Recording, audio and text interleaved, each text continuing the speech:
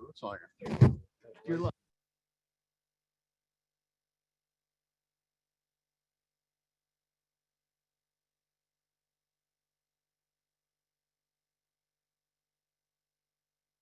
I need. Go ahead. You're on. Okay. All right, let's go ahead and call this meeting to order. House Energy, Utilities, and Telecommunications. And I know we have a quorum. We have some people online also. I'm going to, unless there is strenuous objection, I'm going to say if you want to wear a mask, wear a mask. If you don't wear it today. Is there any objection to that? Okay, no objection. That's what we'll do then. Okay. You object? Well, I appreciate that. If you want to wear your mask, go ahead. I mean, yeah, you certainly wear your mask. And I understand. I understand. I don't know that everybody that's in the public here has one with them, and I'm not sure all the members do either. So, but I certainly appreciate that. And I don't want my wife to know that I said that. So keep that from her and we'll be okay. Representative Chairman Wes Cantrell, you're still chairman even though you're leaving, right? They haven't taken that away from you or anything. Okay.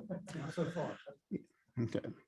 If you would lead us in a word of prayer and ask the Lord's blessing on our meeting and ask him to be with us and help us today. I'd be happy to. Let's pray. Lord, we come to you this afternoon, recognizing once again how much we need you, how much we are dependent upon you. And so, Lord, we're asking you to give us wisdom today as we go about your business and about the business of Georgia. Pray that you would give us a very clear mind, give us understanding of sometimes complicated initiatives, and pray for our presenters today that you'd give them clarity as they speak so that we'd all at least understand what it is that we're voting on and what we're hearing about. And we trust you to do that and give us the strength to do it, please. In Jesus' name, amen. Amen. Thank you. All right, we got a couple of bills. Is it two we've got on here? Yes, sir. Two bills on here. And, like I said, when I made the announcement today, the bills we have today and the ones we have tomorrow are bills that will affect energy policy ongoing. And they affect it or propose to affect energy policy in different ways. And maybe some of them doesn't make that big a change, but it still could make a change of energy policy in the state. So it's very important. And we have two. We have a bill by Representative Chairman Chokas and one from Chairman Setzler. I'm going to call on Chairman Chokas first with his House Bill 138. I believe that would be of the two. I think that either one of them could have a good bit of testimony, but I think his may be the least, but I'm not really sure. So if you would tell us, I know you're going to present your bill and go through it. And if you don't mind, if you would tell us, kind of frame it by what exactly, why you feel like we need to do this sort of thing, and why there's a need for it, and why, and what your bill would do to affect it. Yeah, I've prepared. Am I on? Yes. Okay. Thank you, Mr. Chairman, members of committee. I prepared a short reasoning for this legislation. Anyway, but I bring before your consideration today House Bill 1133. That's LC 365127S. This legislation simply allows the resale of electricity for charging electric vehicles. Currently, EV charging stations, in EV charging stations, the electricity is sold by the minute. HB 1133 would allow charging stations to resell electricity by the kilowatt. Electric vehicles are growing in popularity. Tesla is a tremendous success story and has opened up new markets. All the major manufacturers of automobiles are creating electric vehicles. And I've read that heavy equipment such as 18-wheelers and farm tractors are being developed. But the key to this industry is battery technology. Electricity storage in batteries has improved tremendously over the years. When cell phones first came out, they were called bag phones because the batteries were so large. Today, we have phones on our wrist, just like the comic book character Dick Tracy. I bring this to the committee's attention because I see this industry evolving. I've read articles that predict that pre-charged battery replacement will be an alternative to charging, much the same way as you would replace a propane tank for your grill. This concept has merit and would help alleviate the environmental problem by recycling these batteries.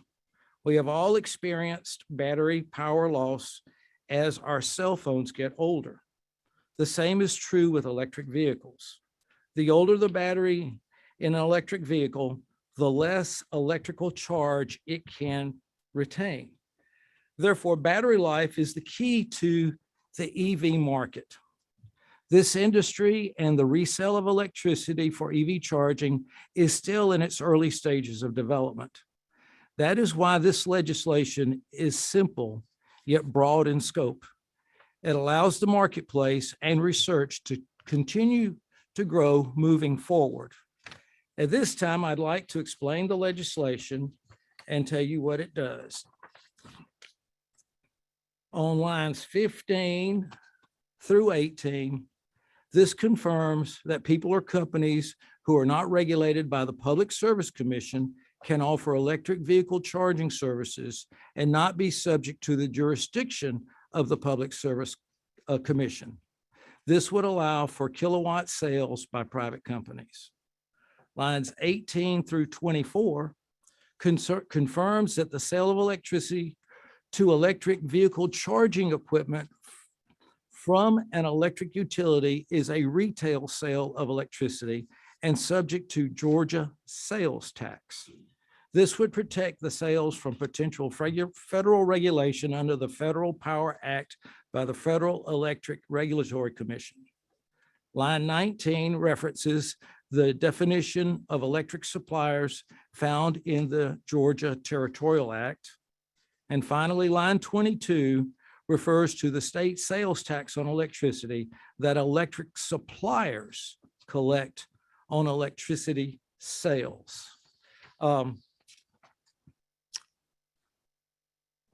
Mr. Chairman and members of the committee, I've completed my presentation and I'll be happy to answer any questions at this time. I have representatives from Georgia Power and from the electric membership corporations here to assist the committee in gathering information. So. Okay. Are there any questions from members of the committee? I do see some. I don't know who hit first, but I'm going to go over here. Hey. Thank you, Mr. Chair. Chairman Chokas, what are the objections to your bill? That's a good question. I don't think anyone is objecting to the sale of electricity. Georgia Power and the EMCs, the electric utilities, have been very supportive.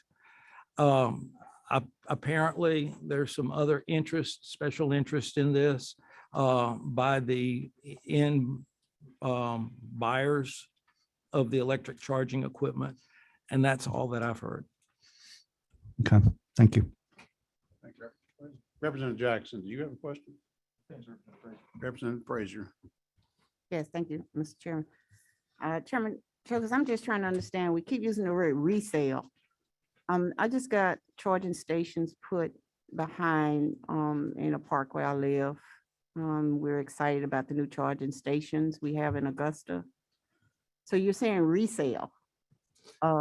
Yes, ma'am. So we're going from buying electricity, powering up the vehicles where you're charging for 1 minute to, did you say a kilowatt So what are we doing? Using the same charging stations? Yes, Um, ma'am. And so I'm pulling up my Tesla and charging it up. And so I can have a choice between either one. No, ma'am. I'm just trying to understand the word resale. Okay, if, let's say you have a gas station or a restaurant that puts in an electric charging machine, Mhm. currently, the only way they can get reimbursed for the electricity that they provide for the customer is by charging them by the minute. In other words, as it's plugged up, they're going to charge them so much an hour or so much a minute. This legislation will allow the provider of the charging equipment, to charge you per kilowatt hour in much the same manner that you have on your home. You pay per kilowatt hour. It's more efficient, it's more accurate, and that's the reasoning behind the bill. Okay, thank you. I understand.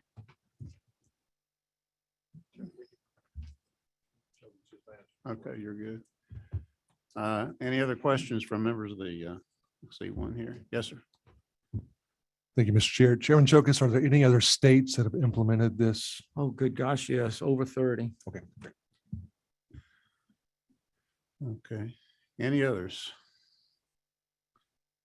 I wanted to ask, now that you mentioned that, that question was asked, those 30 states that have implemented this, do you know if those states, and just out of curiosity, are those states that have a regulated utility, or are they non-regulated in those states? I can't answer that Okay. question. Okay. Okay, and I'll ask you too, on lines 18 through 22, the supply of electricity by electric suppliers, that would be the power company, right? Yes, sir. It'd be any power company, any electric provider, is that right or not? Under Yes, sir. this, okay. Subject to Part 1 of Article 1 of Chapter 3 of this title, two premises that provide electric vehicle charging services shall constitute the furnishing of service under Part 1 of Article 1 of Chapter 3 of this title, and shall be deemed to be a sale at retail. So we're talking about the service, the electric supplier, what they're selling is deemed to be retail. Is that correct? Okay, Yes, sir. all right. Okay. And I should have said, I think everybody has signed up that wants to speak. If there's anybody who has not signed up from the public that wants to speak on this, you can come up and let us know. Last call. I don't see any other questions right now. I'll give you an opportunity to come back and wrap it up at the end. So, Thank you. okay. So we Thank do have some people that, They want to speak. I do want to share one more Oh, go thing, ahead. that we did some research on the state of Ohio, and they've got a whole policy guide on what they're doing with the resale of electricity for the charging and how it fits in their overall scope. So it's really interesting information. okay, thank you. I'll give you an opportunity to come back. too, Thank you. So, we do have some people signed up to speak. Angela Holland. We know Angela. Angela, if you tell us who you are, if you come up, I saw you there a minute ago. If you'll tell us who you are, who you represent, and then what you have to say.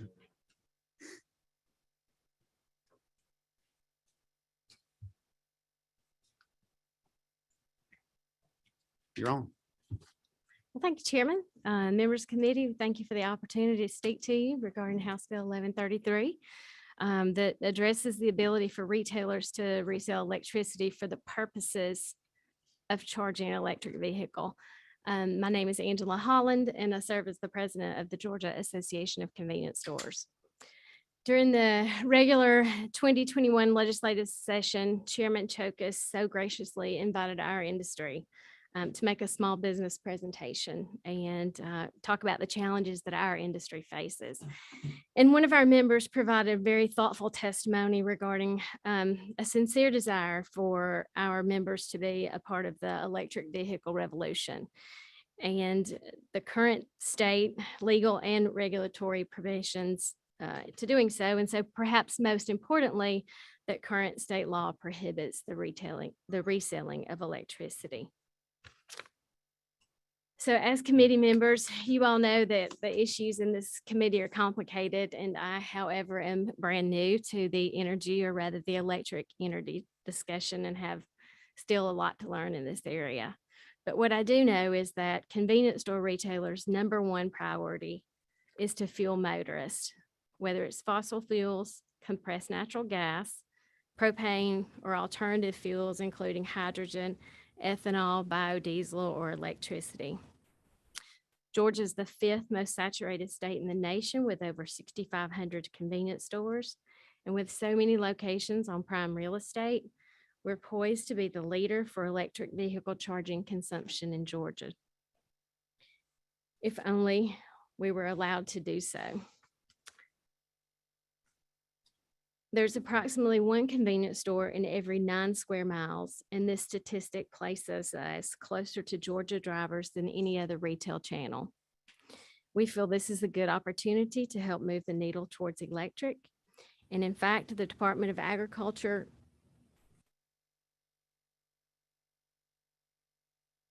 according to the Department of Agriculture, convenience store retailers provide nearly 150,000 gas pumps for motorists.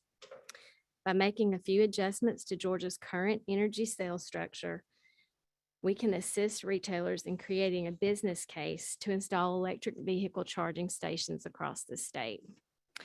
These changes could help eliminate customer range anxiety and bolster the electric vehicle market growth and sales. While this is just the first piece of legislation you'll hear regarding this issue, we certainly don't want to muddy the water today with issues that will be addressed on the docket for Wednesday. But I do agree that this bill could very well be tackling the first of what we feel are multiple hurdles into a new industry. With the sale of electric vehicles on the rise and the announcements from various automakers to switch from internal combustion engines to electric engines, and the federal funding that'll be made available in August to create more robust charging infrastructure, we strongly feel that now is the time to modernize our laws. During Sunday night's Super Bowl, there were 3 new electric vehicle ads launched. General Motors ad indicated that they would have 15 models available by 2025. And I don't know about y'all, but I stopped when I heard the Sopranos theme going. But some would argue that electric vehicle sales are not to the point of making legislative change. However, given that automakers have already committed the switch to electric vehicles, our industry must provide the refueling infrastructure. Soon, we expect the research of Ford Motor Company and Purdue University to produce liquid cooling charging technology to vastly change the landscape by providing a network of chargers that can make refueling an electric vehicle as fast as filling a gas tank. There's an old saying that resembles something like this: the best time to plant a tree is 20 years ago, and the second best time is today. And while I'm sure that many of you this subject seems weighty and just too difficult to tackle this year, but now is the best time. Delaying only significantly impedes EV rollouts, as well as impeding small businesses like ours from being an integral part of the solution. We must actively plan, reduce barriers, and create the regulatory framework today to see the results tomorrow. Just as automakers have been encouraged to provide carbon-free emission vehicles, convenience stores too should be encouraged, potentially even incentivized, to provide refueling and structure to accompany the industry. As our industry so quickly collides with the industry energy, we work forward to working together to modernize our energy laws and to provide the best possible blueprint for Georgians to feel secure repurchasing or purchasing an electric vehicle, and secure that they can find fuel quickly, most importantly, safely, and of course, conveniently. And I'd be glad to answer any questions. Thank you. Thank you very much. Questions? I don't see any. Somebody has a question. Representative Frazier. Sir, since you said that this is her first time, we all need to light our buttons up. So Angela, I do have one question, and you may be able to answer it. But currently, right now with our convenience stores, are we taking advantage of the charging stations with any of the vehicles we have currently, or we are just starting? I think we're just starting. So I had sent a letter earlier, I guess, in the year last year to Representative Chekas. I believe in 2018, there were roughly 6,000 or 8,000 electric vehicles on the road. I think last year there were 30. And if I'm not mistaken, I heard somebody say during the last few weeks of testimony and conversations, there were around 45,000 electric vehicles in Georgia. So, you know, this is sort of a chicken and the egg sort of thing, trying to make sure that the infrastructure is there before the vehicles actually roll out. And we've started to see in the last few months that the automakers are ready to roll them out. So what comes first, the chicken or the egg? Thank Thank you, if it's Angela. I'm breakfast just- or dinner, right? We're gonna have eggs in the morning. Thank chicken in the you. evening. Welcome aboard. Thank you. Somebody over here has a question. Right here. Yeah, thank you, Mr. Chairman. Angela, good presentation. You mentioned something, this the first time I've heard of this. You mentioned reference to, you said Ford Motor Company was working on supercooling technology. They partnered with, it was announced in, I believe in early November. I mentioned it in the Small Business Development Committee in November. They are working with Purdue University to develop fast cooling, or what they're calling rapid cooling technology, so that you can recharge a battery within the same amount of time that it takes to refuel a vehicle.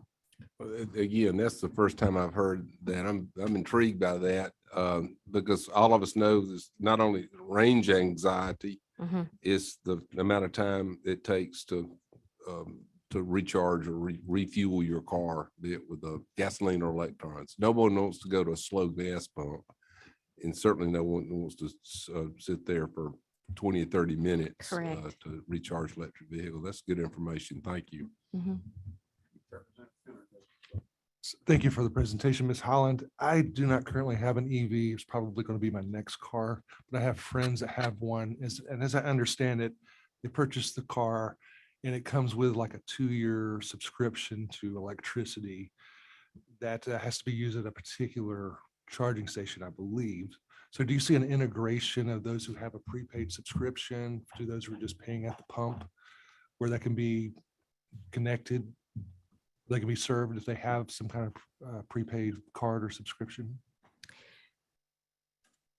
Brand new market, right? Brand new, you know, I mean, obviously that's the Tesla model and the way they've done things. I don't know the answer to that. Okay. I don't know the answer to that. I think Okay. there'll be a lot of Yeah, we're change. having a You know, vision there's cast. a lot of change as we Yeah. move forward in a new industry, I think. Sure. See any other questions? So I will ask, wait, if there is a question over here. No, sir. Okay, wanted to ask, so you're representing the convenience stores Yes, sir. today. So has that organization given any thought to competition from Georgia Power, since Georgia Power or whatever the power company would be, because they actually, you know, they own the factory? I mean, I'm just curious if they have, if there's been any conversation within the convenience store organization about that. Yes, sir. And that was a little bit of, I guess, what I alluded to with not wanting to muddy the waters today with Okay, a bill that would be heard I tomorrow. understand, and very good. But yes, we have given much thought to that. Okay, I was just curious about that. All right, thank you. I don't see any other questions. You did a Thank great you. job. Thank you. Stephanie, looks like Stephanie Gosman. If you'll tell us your name and probably pronounce it better than I did, and who you represent. Absolutely. Well, good afternoon. Thank you for the opportunity to speak on this bill. And my name is Stephanie Gossman. Gossman, I'm with okay. Georgia Power Company. I'm the electric transportation manager. And in this position, I lead a team of subject matter experts who provide EV solutions to our customers every day. Georgia Power is focused on reducing barriers to EV adoption and charging infrastructure investment for our customers to enable and support the growth of EVs throughout Georgia, which we've all heard a lot about already, right? The opportunities. So one of the barriers to widespread investment in public charging is that charging providers are not currently allowed to sell electricity by the kilowatt hour for EV charging in the state of Georgia.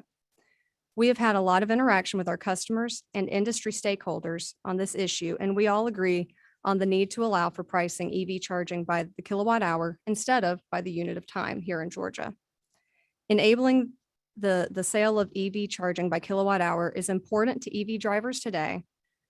And as adoption grows in the future, excuse me, it's also important as adoption grows in the future because it makes more sense to pay for the energy consumed instead of the amount of time someone is plugged into a charging station. EV batteries are measured by kilowatt hour, similar to how a gas tank is measured in gallons. And paying for the energy consumed in kilowatt hours is analogous to paying for the gas you pump and not the time you may spend in the store. Another example as to why this capability is more efficient to EV drivers as consumers of EV charging is due to the battery technology within the EVs. We've heard a lot about the technologies evolving. And I don't know if you've noticed when you plug in your phone, how it quickly charges if it's more empty, and then it slowly charges once it's more full. No? Yes, a little bit. Okay, good. But EV battery charging, these are batteries, similar technology, and they follow that same curve. And so the longer an EV driver stays plugged into a charging station, the less energy they are receiving. They're past that threshold. And that's exactly why it would be more accurate in terms of usage for them to pay by the kilowatt hour rather than the unit of time that they're parked in a charging spot. Now, these statements are not meant to be exclusive to the other costs that EV charging providers might incur and might need to reflect in their pricing to EV drivers. Georgia Power does not have an opinion on what EV charging providers charge for their other charging services.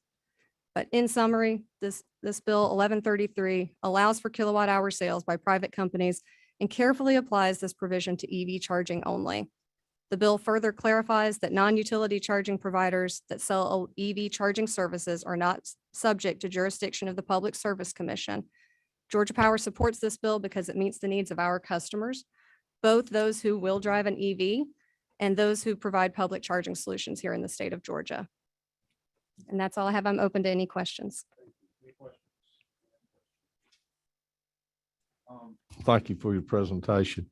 Would you envision Georgia Power developing a rate schedule for resellers such as convenience stores, other retail establishments to resell power? Does Georgia Power now have a rate schedule? Well, of course you don't, because we don't do that now. But do you envision that? So we do sell similar to the EMCs and MEAG. I mean, we have a variety of rates that our customers I should say the customers that provide EV charging solutions like a Tesla, EVgo, Electrify America, they're on a variety of different rates right now. But we are hearing feedback, and I know that's part of the bill that Angela mentioned will be discussed tomorrow in further detail. But yes, we're hearing some of the feedback and constantly looking at ways that we can better meet the needs of our customers. Okay. Okay, I don't see any other. I wanted to ask, you stated that Georgia Power is in favor of the sale of it. Whoever sells the for recharging by the kilowatt hour. Is that correct? That's correct. Okay. Is Georgia Power convinced the language in this bill actually provides for that? Yes, we're in support of the language in this Well, bill. I mean, not support, but are you convinced that the language actually does provide for that? I mean, I'm just asking, it's just a one paragraph bill. Yeah. It doesn't specifically say that, so. That's correct. And I'm not a lawyer, so in terms of Okay. the legal interpretation, I can't speak to that. Okay, but- very good. Well, I appreciate it. Any other? Okay. Thank you, Mr. Chairman. Thank you for your testimony and explanations. My question is, how many, Georgia Power evidently has some chargers that you sell electricity for recharging vehicles directly to the public right now. That's right. how many do you have how many active charging devices? If you don't know exactly, just a range of how many charging stations you have now. We have 57 right now, and there's almost 2,000 in the state. So we have a very small percentage. And just do you intend to get in the direct retailing business of rolling out a whole system of chargers throughout the state, or is this mainly just for early adopters of convenience? We see ourselves as an enabler, right? Helping to reduce some of those barriers to adoption. We mentioned range anxiety. We like to say we love to help build range confidence and be part of that solution along with many other providers. As I mentioned, we're just about 3% of the providers in Georgia right now. But in terms of becoming a Tesla or Electrify America, no, that is not the intent, but we want to help all of our customers, all of our communities, and overall the state be able to achieve those goals where we all see we want to go. We know the cars are coming, the manufacturers are making them. We want to help bring that accessibility to public charging that's required for all of our communities to do that, especially including our rural and underserved communities. Well, again, it's just my only concern is, and I've discussed this with other members of the, our energy providers in the state. My concern is that you'd end up with some sort of competitive advantage, be it on the make ready part, getting, picking what location gets served over another one. And, I have enormous respect for Georgia Power and our EMCs as well, but this is an nascent industry, and I would just hate to see us get out of the blocks with a competitive advantage to our power suppliers over our traditional energy providers, if that makes sense. So if what you're saying, I like, you've got 57 charging units, and it's just basically helping the industry for early adoption. That's right. And kind of an example of that, as that program evolved over the last several years, most of our investments early were in the metro Atlanta area. Now, most of them are outside of metro Atlanta area and really focusing on some of those key corridors that have been identified by the Federal Highway Administration to help build out those charging gaps or charging deserts.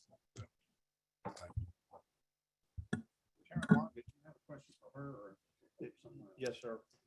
I think I see your logo there. No, I just see I apologize, Mr. Chairman. I got called down to the third floor. I did have a question to follow up on Chairman Williamson's comment. I mean, when you're talking about the regulated utility putting out these charging stations, right? Correct. Are you putting those in the rate base? They are. Okay. Can you explain how that works over time for people that don't own electric cars? Why is it? I mean, I get it when you put transformers and distribution lines and, plants for generation capacity in there. But if you're somebody that is not, or for whatever reason you can't you go to that, isn't it true at this point, it is a consumer decision whether to go electric or not. And yet when you put it into the rate base, or if it's allowed, and perhaps this is a question for the Public Service Commission, when you allow it to go into the rate base, by definition, it gives you a competitive advantage over people that want to do it out. So explain to me how going in the rate base doesn't give a competitive advantage, and also doesn't make people that aren't moving toward electric vehicles as soon pay for part of that infrastructure, because there's no part of, everybody pays for a distribution line because it's ubiquitous, right? It's the largest, man-made machine, on the planet is the electric grid, largest and smartest and most complex. But how is that end user? Is there anything else that does that goes in the rate base? So certainly, as you alluded to, I mean, part of that question is really jurisdiction of the Public Service Commission. But what I can say, back to the comments on the 57 and how that's evolved, most of the investments were in metro early before others were making them. Now we're moving outside of metro. So in order to positively affect our customers throughout the state, that's been the view, right? Choosing strategic locations along corridors, helping to enable long distance travel, especially in some rural and underserved communities that if not for this program, would not have these investments probably for several years. Because in the private sector, there's just not going to be the utilization to justify that kind of investment. So that's where this program has a unique fit in rate basing it at this time. But again, just to follow up, and I mean, that's, I guess, Mr. Chairman, that's not what we're here for today, but it is a question about, rate basing something that arguably is a competitive consumer oriented product or service, that you could have a blanket, an umbrella company under the Southern family that's in the charger business, and they're a for-profit company and they could sell and they could do these things. But allowing you to put that into the rate base, I mean, not only do you have an advantage over somebody that wants to put one at, you pick at convenience store, you're earning on that. When it goes in the rate base, you're earning what the Public Service Commission. So the more of those that you put out there, you're earning on them, whether they're needed or not. Now that's just kind of an odd thing in the regulated utility. That's not your fault, but I mean, that's what then becomes, you put them in places and earn on them, whether they, for lack of a better term, pump a single electron or not. So I mean, maybe that's a conversation for a different day, Mr. Chairman, but that just something that's of interest to me is how that rolls into the rate base. That's a very good question. It's a very good question. It does not actually, this bill does not address anything about that, but I think we're going to take a bill tomorrow that may actually address that. So we'll have another bill here tomorrow and you'll have a chance to ask some more questions. But this bill actually does just that one paragraph, but it's a very important question for sure. Thank you. Representative Singleton, is he online? Yes. Representative Singleton has a question. Yes, sir. Can you hear me all right? Yes. Yes. Thank you, Mr. Chairman. Just a quick question, kind of outside our purview, but I think it's pertinent to this. Can you, the federal infrastructure package that they put together, they're talking about funding 500,000 charging stations across the country. Do you have any idea, and I know this doesn't directly come from Georgia Power, but do you have any idea what the piece of that's intended to come to Georgia and how that's going to affect where you guys expand your charging stations, or how that's going to play out at all? Or is that just, is that still off your radar at this point? It's definitely not off the radar. The DOT will be much better equipped to answer that in its entirety. But what I can say is the allocation to Georgia is 135 million in terms of that infrastructure rollout. What that means and how it might impact, or how the Georgia Power's program or anyone else's investment in the state is yet to be seen. But I do know that they have a plan for building a strategy and are required to file that plan by August 1st per the updated guidance that came out last Thursday. So we certainly have been in conversations with the DOT, and from my understanding of those conversations, and I'll speak just to Georgia Power's beliefs, but it will take at least that investment and more, including the rate-based regulated programs and the private sector investment that needs to come. And it's back to the chicken or the egg comments earlier.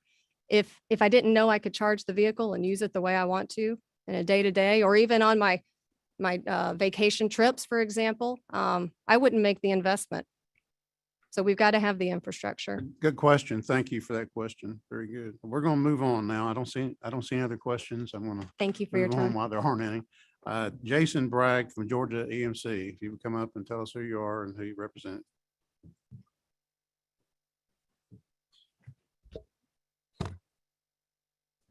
Thank you, Mr. Chairman, members of the committee.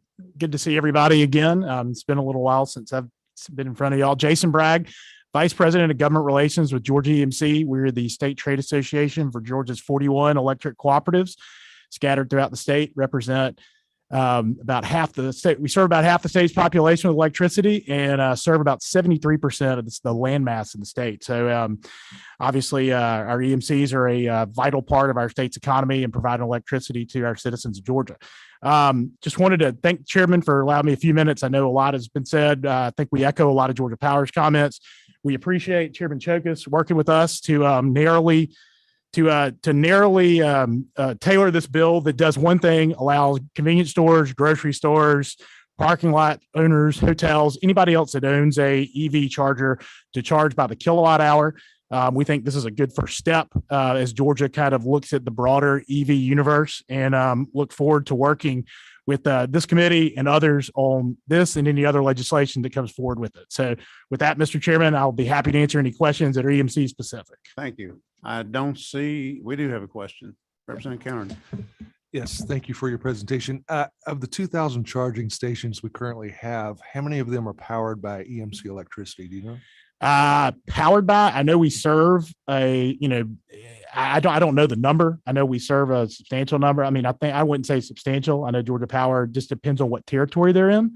I know a lot of our EMCs have chargers, and some in some areas they're, they may own one more as to show a positive benefit of electrification. I know some have them sitting out front of their offices for customers to see and use, just to kind of, show the positive benefits of electrification as we move forward. So I don't know the answer, but I do know we serve some. Because the EV stations are buying their electricity from Correct. the Georgia Power, are you guys? Yes. Okay. Yes, sir. Yes, sir. Thank you, Mr. Chairman. Just a point of concern. I'm on the EMC, and I just want to know, in the event that y'all don't sell enough of these charging stations, it's not going to affect my electricity bill, trying to make that rate base pay up, is it? I know that in some instances I don't think that No. we have any grand schemes to get into a statewide charging business, similar to any of the gas stations, because as you know, those 41 EMCs are scattered all throughout the state, have their own unique service territories, have their own boards and own members that they're responsible to. So, I don't know of any plans that our members have now on EMC wide to get into a widespread ownership of charging All businesses. right, I just want you to know that's apples and oranges. I know. Thank you. All right. Yes, ma'am. Good question. Thank you. I don't see any other questions, so thank you. Thank you, Mr. Chairman. We have one more person signed up to speak, and that is Brian Jacob. If you would tell us who you are and who you represent, if you represent anybody, any organization beside yourself. Great. Thank you, Mr. Chairman and members. Brian Jacob, representing the Southern Alliance for Clean Energy. We are a clean energy advocacy organization that has been focused on the Southeast for more than 30 years.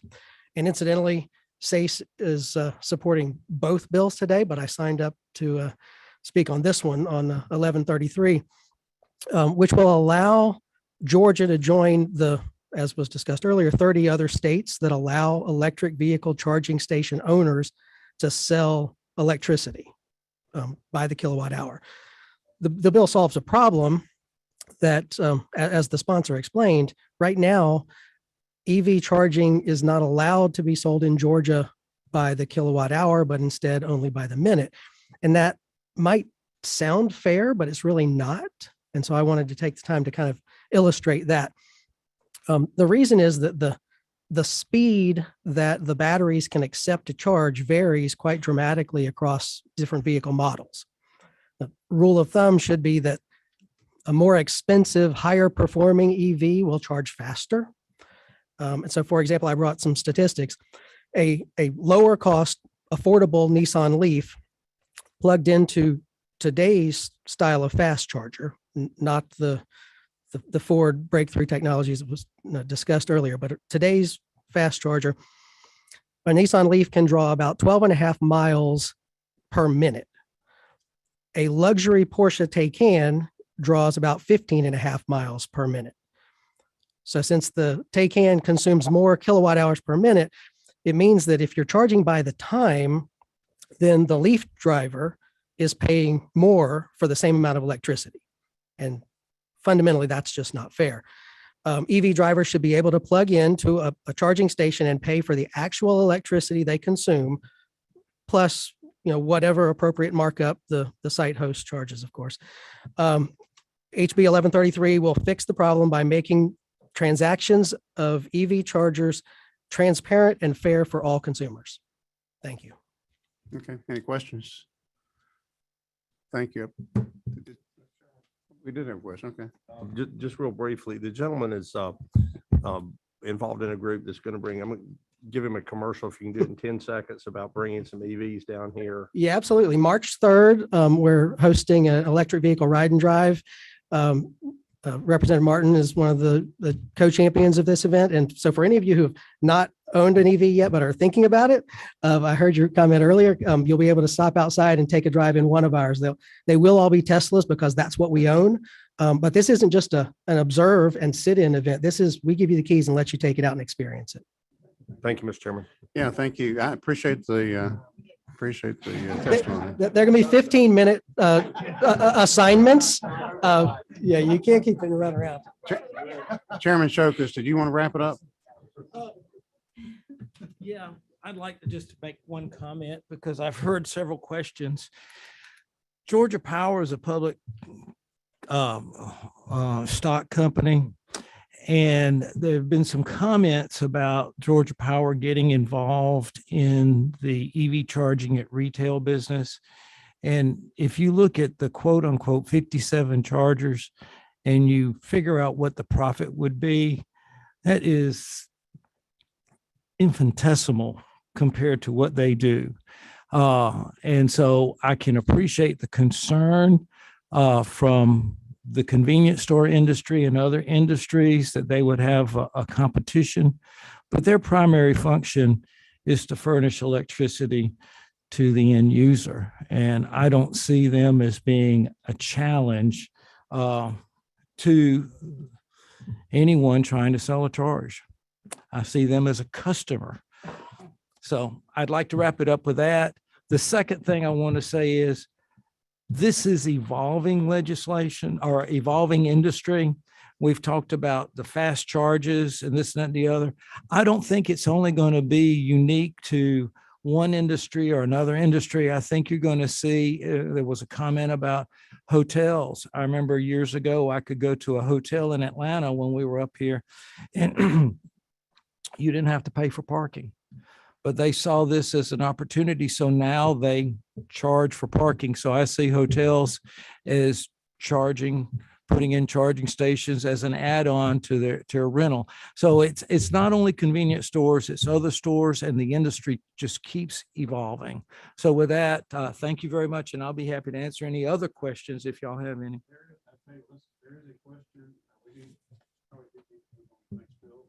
It's fine.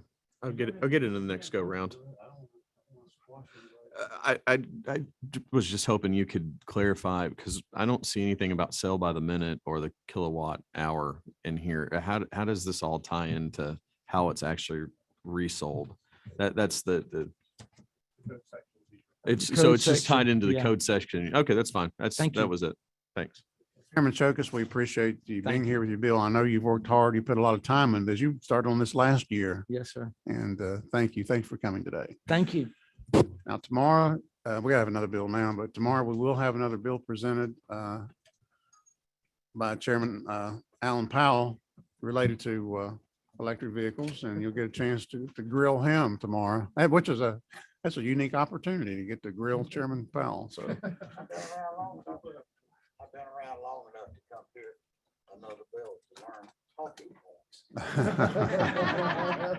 points. See you tomorrow. Okay, with that, we'll move on to the next bill, which is a bill by Chairman Setzler. It's House Bill 1083, and I think we're working from LC 365045. Is that correct? Okay. And Chairman Setzler, if you will do the same thing I asked, if you will kind of tell us, give us a little bit of frame the reasons you have the bill and present the bill. I'll certainly do, Mr. Chairman. Appreciate the time and the indulgence of the committee. HB 1083 is a bill that seeks to really land in a good place and have Georgia in a balanced place with respect to rooftop solar for both residential homeowners as well as folks who are in the commercial business that might have solar co-located on their campuses. 21 years ago, on or about, there was a Cogeneration Act of 2001 that made a real move, really put the framework we have today in law in place. and in the Cogeneration Act, it looked at not just solar, it also looked at wind. It looked at using waste heat and steam that's produced in industrial processes and how that's kind of recycled back into the industrial processes, and it's codified in 46350 and the subsequent code sections. What we're doing in this bill, Mr. Chairman, we're proposing to take the framework by which homeowners who put solar on top of their roofs, put it into a framework that the author back in 2001, Representative Michael Pollock had said that was initially intended, he believed was actually in the bill when it was first passed, was a netting process that the energy that's produced by the solar producer, let's call it a homeowner, that's used in their home, any excess solar that's produced that's put back onto the grid would be netted out at the end of a billing period. And when they did that, they believed that, of course, a billing period for a residential homeowner is a 1 month billing period. No, they didn't codify a 1 month billing period, a 2 month billing period, because it was one of those things that was just, as a legislature, we don't like to lock into statute things that you want some flexibility around. But that monthly process of netting and what's put on the grid and what's produced locally and so forth hasn't been the standard for the last 21 years. So there's a sense in which HB 1083 is looking to kind of reset that and get us to where the authors of the Cogen Act in 2001 thought they were putting in place in statute. Secondly, Mr. Chairman, we're looking to create a circumstance where, as you do have folks that are looking to invest personally with their own resources to help us achieve the carbon goals, for example, our nation's set in place. 2040, 2050, there's goals for carbon reduction. We as a state have a lot of things in place that are supporting making that happen. I'm very excited that Plant Vogtle units 3 and 4 will be coming online in coming years. Once we make that massive capital investment, the unit cost of producing clean power as part of our power base is just a fraction of what other power produced is. And I've said before, even as there's been all this criticism in the press about the cost overruns, I'm a strong supporter of Plant Vogtle. I'm excited. Outside of being in and around Representative Frazier's district, it's an important asset for our state. And but I think as part of the whole strategy for producing clean electricity, we've got to maintain diversity. We have to maintain clean coal. We're using natural gas. We have nuclear. Solar is part of the picture. We're not a great state for producing wind energy, but as we have solar farms coming online across the state at utility scale, I believe a part of this mix is residential homeowners being able to put it on their own homes. And what we're looking to do in this bill is decidedly not to do what some critics might say. Some critics will come and say that this is just a subsidy where we're going to have non-solar owners subsidizing solar owners. It's a sort of a perversion of the marketplace. There's going to be a claim that California has done this, and California, I think we can say in many ways, has overreached and done things poorly. And even Florida, as they're trying to adjust the system they've had in place, they're adjusting back in the direction of more what HB 1083 takes us. So what I want to do with this bill, Mr. Chairman, is propose a framework where the cost associated with rooftop solar are fairly borne by the person that's putting on their roof. There's not these dramatic subsidies by non-producers, but that the costs are not penal to those folks. We don't have fees in place that are put in place because of the way the system works and the network works now, that's putting extra costs on the rooftop solar owner, the homeowner, and distorting markets in a way that makes it unfair for them to be able to do this. At the end of the day, the return on capital that our utility providers enjoy, I think the homeowner should enjoy that same return on capital. If a utility provider gets a return on capital of, say, 8 to 10 years, should a homeowner get a return on their capital of 20 years? We recognize rooftop solar costs more than utility scale solar. To put a 3 megawatt solar farm in Jeff Davis County, it's a whole lot cheaper than putting solar per kilowatt hour than putting solar on top of one's home. But should a homeowner not expect to have the same kind of return on their capital that a utility scale provider gets? particularly when the diversity, the geographic dispersion of rooftop solar adds an important part of our clean energy mix. That's really what HB 1083 seeks to do, Mr. Chairman. And with that, be glad to walk through the bill and talk through the detail. Yes, sir. If you would go through the bill and tell us, you know, a lot of this is existing language. Yes, sir. In the bill. If you would go through and just highlight, I'm trying to think, it's not a long bill, but it's like most of the substantial changes are, well, the last 3 pages. Well, it's actually, what, 8 pages? But the crux of the bill is probably on Well, 5, something like Yeah, that. But if you yes. would just hit what the changes are I'll- and why those changes are in there, I'd appreciate it. Yes, Mr. Chairman, I'll go through them real quickly. Page 2 of the bill. Again, we're some cleanup language there. It does, of course, apply to photovoltaic as well as wind. Misspelling an original bill or what? I It's a capitalization that's not a, mean, they're 2 different words. It looks. Oh, I see what it is. That C that's struck through looks like an E to me, but it's actually a C. Okay. Yes, sir. Okay, page 3, top of page 3, lines 42 through 44, borrows over from a recent bill passed this committee with respect to rooftop solar, 10 kilowatt residential standard. That is the standard. And then rather than a fixed standard for a commercial application, as the new bill that was passed back in 2015 in this committee mirrored 125% of the peak demand, rather than a fixed amount for a commercial application or industrial application. 125% of demand is that's the threshold that's been used recently. Bottom of page 4, Mr. Chairman. You can see 92 through 9. Interrupt, but Sure. While we're going through it on line 66 and 67, it mentions you're deleting this Georgia Green Pricing Accreditation Program. Is that something that just has gone away, or what is that? Do you know? Mr. Chairman, I would defer to council on the details of that program. I Okay. believe that's a obsolete Okay. framework that's Probably so. Yeah. okay. Bottom of page 4. What we're saying here is, in essence, I talk about fairness in the system. You know, this bill doesn't want to shift, inappropriately shift costs to anybody. But I think when you look at the framework we have today, the standby and capacity charges, we need to have balance there. I don't think anyone would dispute that because the sun's not always shining. There's not always big solar capacity when you've got peak demand. The idea that there's some capacity that needs to be maintained in the traditional system outside of solar is needed. I think we all recognize that as you talk to the utility providers. The challenge is are those the standby capacity interconnection, are those charges appropriately applied as we think about to rooftop solar providers, or are those skewed and done and applied in a way that may not be a true sharing of cost and reflecting the true needs of maintaining the larger grid.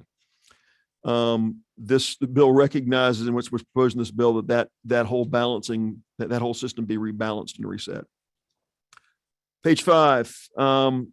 Again, what we move to is that the measure, the netting be a monthly billing period. And again, I don't know, do members of the committee have a copy from Representative Pollock of this? He sent a letter to our PSC chairman back in 2019. And I would just read it briefly. It said that measuring energy flows, as we understand, is currently on an instantaneous basis. There's a reading every 15 minutes. It would have been completely foreign concept at the time and wouldn't pass the common sense test with respect to the law they passed in 2001. More importantly, and I quote the author, by defining the billing period in those terms would have prevented the legislation from ever being passed in the first place, as it would have created the same contention back then as is created today. That the belief of legislators in 2001 was that the monthly netting would be the framework. So I put that out there parenthetically for members. I think it's an important part of the discussion as we think about what's the appropriate way to move forward. So that.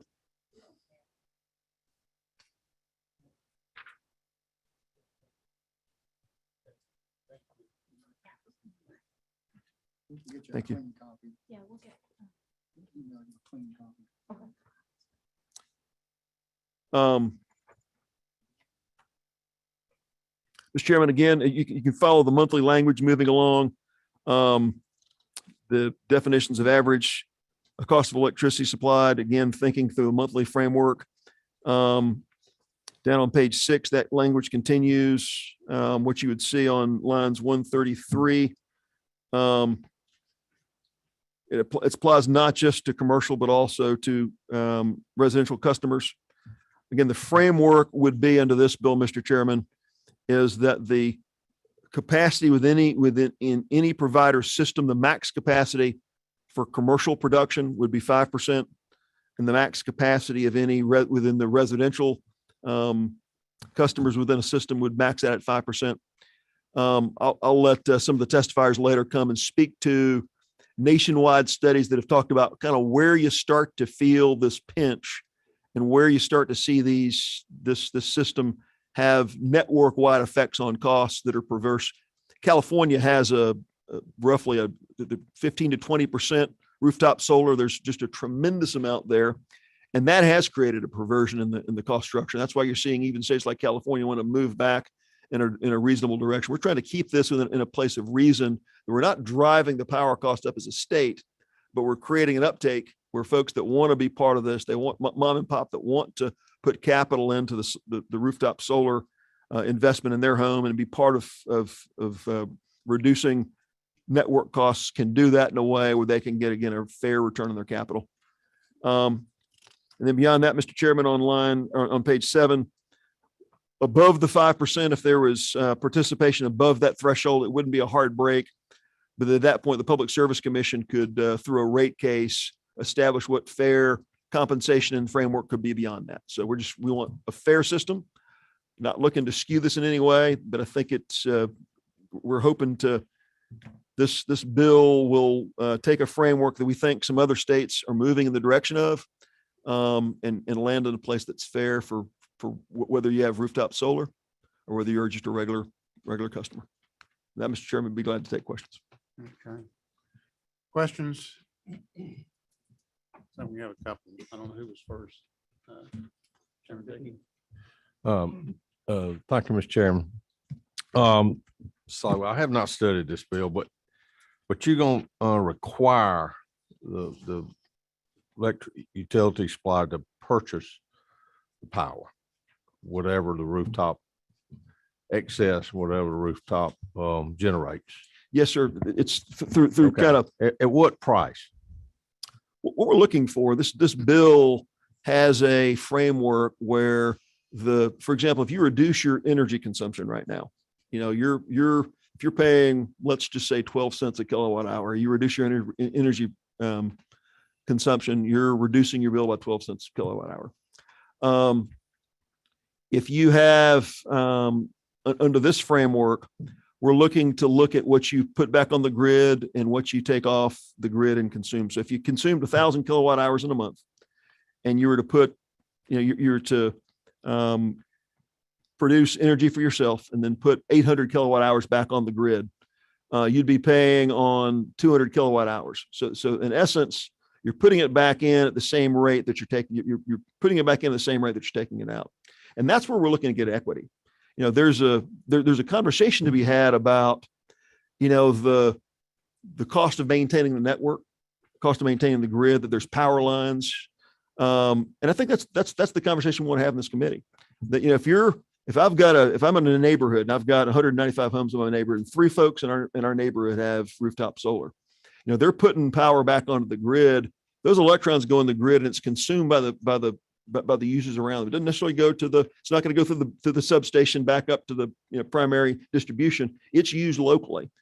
And the contention of this bill is that the starting point ought to be that retail rate. And that if we need to move off the retail rate because that in any way skews the economics of this in a way that's not appropriate, then that's the conversation we want to have.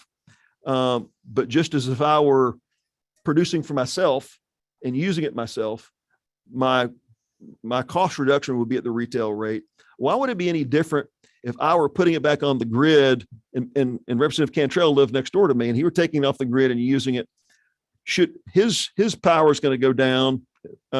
He's using what I put back in the system. Why should the entire cost of maintaining a network and production be burdened on top of that, where I would only get a wholesale rate? So what we're trying to get to is should the retail rate be the fair rate, say 12 cents a kilowatt hour, or should a wholesale rate of 3 or 4 cents be paid to me for putting it out there? That's really the discussion. And this bill proposes that I'd get, if I put it back on the grid, I get recouped the retail rate. Because when you look at the wholesale rate, there's a whole lot of costs that are being borne into that I'm not getting recognized as a rooftop solar producer fairly. And I think that's where we want to figure out, where does this need to land? Is retail the right place to land? There's a strong argument to be made for that. There'll be some folks that come behind me and talk about how that's cost shifting to others. I think it's this committee's job to land. What's the right place to land? What's the right balance in that? Oh, did that answer your question? I'm sorry. Well, thank you for that explanation. I Full- don't agree with you at full all retail on rate. that, but Yes, that's your opinion. Thank you. Yes. Yeah. All right, Mr. Mark. I may need a bottle of water. So, oh, now you got water on my phone. There. I do. Well, I want to try to, but Chairman Sessler, if you're not a lawyer, you should play one on TV. I mean, I say that because you're good at making you're good at making your case and your argument. But would you agree that there's a cost in retail or regulated electricity? There's a cost out there that Yes, we haven't. So the good of the many, for the good of the few. So what I'm trying to get at here is we don't each of us get to pick where our electricity comes from. And there's electricity being generated right now. Some of it's being generated from hydro, some of it's being generated from nat gas, some of it's being generated on an avoided cost basis at Plant Vogtle that's very low. But I don't get to pick and say my electrons come from Vogtle, I want to pay 2 cents. Yours come from nat gas in a peaking plant, it's 16 cents and so forth. Would you agree we can't do that? That's not doable in the current system. correct. Okay. So I hear what you're saying about the grid and the retail rate, and I would absolutely agree. And I'm going to get this question that with you on artificial fees that's going in, but I want to be clear in laying out this, that when people buy electricity off the grid, everybody based on the Public Service Commission is paying some amount of that kilowatt hour to pay for the grid, pays for the stranded cost to generate, pays for the distribution line, pays for the lines, the underground, pays for the trucks and the maintenance. And when the lights go off and the trees blow the lines down, right? Yep. So we all do that. And so today, if Representative Anderson and I are each buying 100 kilowatt hours, and at 12 cents, we're each paying $12 a month to our favorite utility, whether it be Georgia Power or one of the EMCs, correct? That'd be what we'd be doing. Yeah. Under your proposal, if Representative Anderson puts solar on his roof and, he uses some, but he nets out the amount where he, uses 100, but built 100, your proposal would have him paying 0. Yes. Okay. And I used his electricity, lived next door and used his electricity. And so I'd still be paying $12 and my utility company would be getting that. Yes. Okay. So their revenue would be cut in half, just counting the two of us, right? Yes. Their cost would have gone down 0. Well, here's the question, and this is a philosophical question. If you and I got together and eliminated all of our incandescent light bulbs, and you and I stopped running our air conditioning at 68 degrees in the summertime and being energy hogs, if we reduced our energy consumption by 70% in our home. I had a project with a client of ours, industrial client. We dropped their power bill by 77% because we had had a monitoring system we put into their building. Well, their costs went down by 77%. Now, I don't believe the power company because they reduced their consumption, has a right to charge them more per kilowatt hour because they reduced their consumption. That wasn't the question. Again, you're telling us just the question though is the question I have is the revenue is cut in half, but the power company still had to have the distribution line to get it there. They still had the cap cost sunk in because we require that because they're a regulated utility or they're an EMC that plays by those rules. The point I guess I'm getting at here is, isn't it true that the fact you put solar on your roof doesn't alleviate the incumbent power producer from building the capacity to power your house at 100%? Isn't that true? That is, when I opened up today, that's one of the reasons I raised that exact issue. That exact issue isn't supportive I'm not running from the issues of the power company has to provide the capacity, that if it's dark outside, it's really, really cold in the winter time, then I turn electric heat on, they've got to heat my house. I openly agree that they've got to provide capacity to serve my house and to serve your house and serve the other houses. That's where we value what they do. That's one of the reasons they have a diverse energy mix, so they can provide that with consistency. And so absolutely agree with that. Okay. But if I can answer your question, I absolutely agree with that. But your point about reducing consumption, if we reduce our consumption, I shouldn't have to pay a higher overhead rate just because my consumption's going down 75%. I'm using less power. The 25% I still use I shouldn't have to pay a royalty on top of that because so just to be clear. If I could, let me just finish up by It's a saying. good question, but Chairman Martin, Yes, sir. go ahead and answer your question. I mean, after our hearing today, it's going to go in a subcommittee.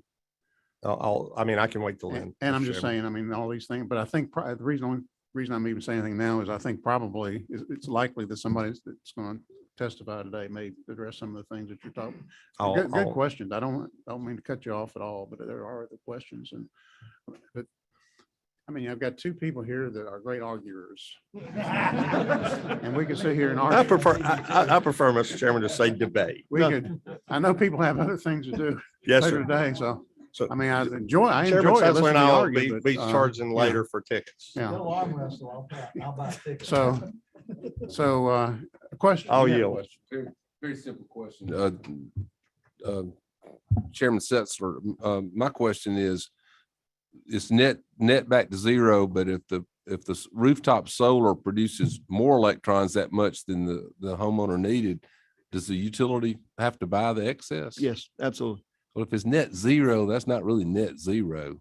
That's Well, the issue is that sometimes they produce more and sometimes they produce less. Unless you're an off the grid system, sometimes you're producing more energy than you need. Other times you're producing less energy than you need. Well, you answer my question. Then line 45, I own a little bit of real estate. It says located on the customer's premises has been struck out and property inserted.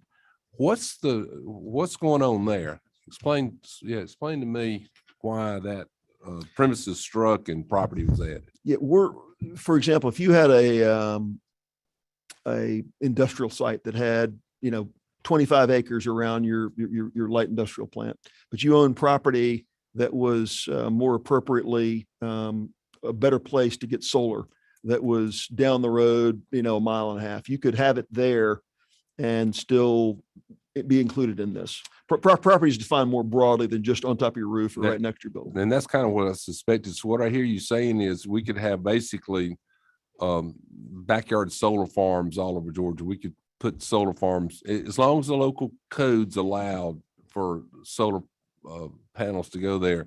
You could have everyone that had a home in 2 acres could have a mini solar farm and sell electricity back into the grid and pay the mortgage. One huge limitation though. The huge limitation is residential can't be more than 10 kW. And for any commercial operation, it can't be more than 125% of their capacity. So you can't get in the power business, but you can support your own power. Well, thank you for answering my questions. Thank you, Mr. Chairman. Representative Sessler, I'm just curious. Do you have someone that's opposing this bill? Any organizations opposing this bill? I anticipate there to be some people speaking against the bill today. Yes. Yeah, and Mr. Chairman, why do you think that's so? Why do you think a lot of folks oppose your bill? Well, I mean, I wouldn't want to ascribe motive. I would tell you that the people who are power providers they have an obligation. Our Georgia Power, our EMCs have an obligation to provide consistent power, affordable power to their customers. And that's an important mandate. And we're in no way wanting to short circuit that. I'm not wanting to sidestep that. I have great respect and regard for that. I think the goal of this is let's get a rate structure that's balanced and right, which I think is different than the status quo today. But I want to do nothing that hurts them. But I simply want fair. That's all we want. My last follow-up, Mr. Chairman. So I just did a Google, I'm not a lawyer, but I go to Google a lot. And I don't see the demand for residential solar significant. In fact, it's more commercial. And so when I'm looking at your bill, it will hurt rural Georgia. It will hurt rural Georgia because most solar production is in your urban, suburban, high density areas, right? And so when I'm thinking about your bill, individuals in rural Georgia, what would you think they would say about your bill? I think if you look at solar production in Georgia, there's more solar production in rural Georgia than there is in urban areas because land is cheaper. You think about utility scale solar, that's happening in Jeff Davis County. It's not happening in DeKalb County because the price of land is too much. I think the goal is to create an economics where the homeowner can can invest in rooftop solar or on their own property in a way that they get paid back in the same number, their investments paid back in the same number of years that a utility grade provider might. And right now, the value proposition, because of the way we've got these fees and costs balanced, regular rooftop solar providers, people who buy and finance it themselves, their payback period is way longer than you might get if you're a utility grade provider. And I simply want mom and pop to get the same return on their capital that utility grade providers do.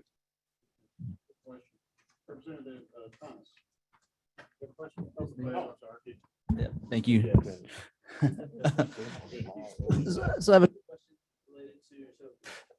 I understand that the motive of your bill is to get the credits in line as it's related to financial, but there is a component of industry. I'm not sure if it's even an industry, but there are people out there going around and installing solar on houses. I mean, do you see the end result being where there'd be more people if they get more credit on their bill now going into the getting solar on their homes at the end of the day?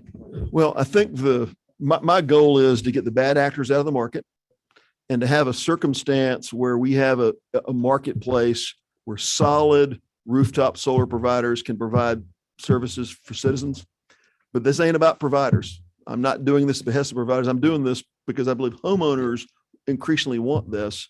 And what you're seeing now is you're seeing some providers come in, and I think the good providers, some of whom may be here to speak, see some bad actors out there. We want to get them out of the market, and we want to get a value proposition that's favorable for people, that's transparent, and that people are not having to sort of hustle their wares to try to make the payback look good. When the root cause, I believe, is that the economic return on rooftop solar is unfairly burdened by fees and costs, and I simply want fairness. Yeah, I get that. I do think, I don't know how this bill gets the bad actors out of there. Mm-hmm. And I feel like getting the bad actors out of there is probably the first step. Okay. In doing that, not in my mind, because the bad actors, I mean, I know it's a problem in my area.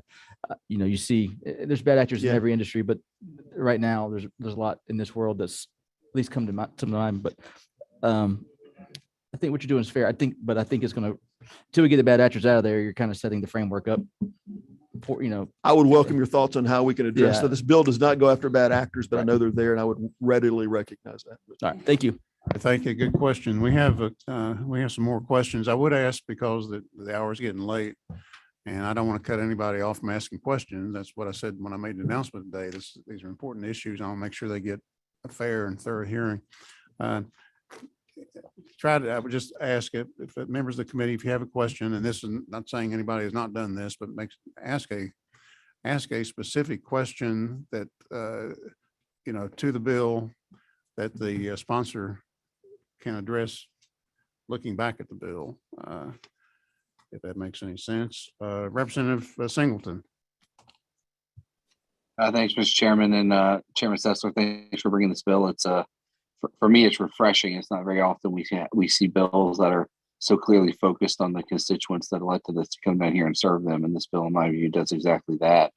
Especially the free market component to it. So I appreciate you for bringing the bill, and I know it's not always an easy thing as we're seeing. But my question to you is: do you have any data talking points about we hear a lot about clean energy and especially the use of solar and other power methodologies when you have emergencies or you have disasters or something like that. Do you have any data points that would suggest that if we were able to open the free market a little bit with your bill and kind of help the people invest in that at the family level and the individual level, how that would accelerate the market, or if it would increase the free market capabilities? Do you have any data that would suggest that? Well, I appreciate the question. To be clear, we have this program in the state right now. It's just limited to 5,000 homeowners. It's just a blanket. 5,000 people can do this today. But there's just it was considered a pilot program. It's been limited to 5,000. It's not a free market solution other than if you're in the first 5,000, you get this. To Representative Singleton, to your question, what I'm looking to do, and there's other folks could say there may be other resiliency methods you can use. But again, if you've got rooftop solar, you create a battery backup in your house, and you've got the right tuning to it, so that if the power goes out, you can still you can power your batteries in a system that's made that way. There's circumstances where folks can power their own home when the grid is down, and use it as a means of resiliency. I'm fortunate. My neighborhood doesn't lose power much. We're on Cobb EMC. We have great power, great service. A lot of our lines are buried. Our power doesn't go out much. There's some folks that really have that issue. And I think folks, whether it's an industrial operation, whether it's an agricultural operation, or whether it's a rooftop residential operation, if you've got this put together with battery backup, there's a resiliency value to doing this at your house that a utility grade provider simply cannot provide. And again, I think that's the resiliency thing you're talking about that I think folks can benefit from. That I've not talked about, we've not got into it deeply, but that is something that's very important to me, giving people, whether it's agricultural, critical functions within a manufacturing plant, just those critical, maybe the servers, or even someone's home, the resiliency if there's a power interruption. Thank you. Thanks for that question and that answer. Representative Anderson.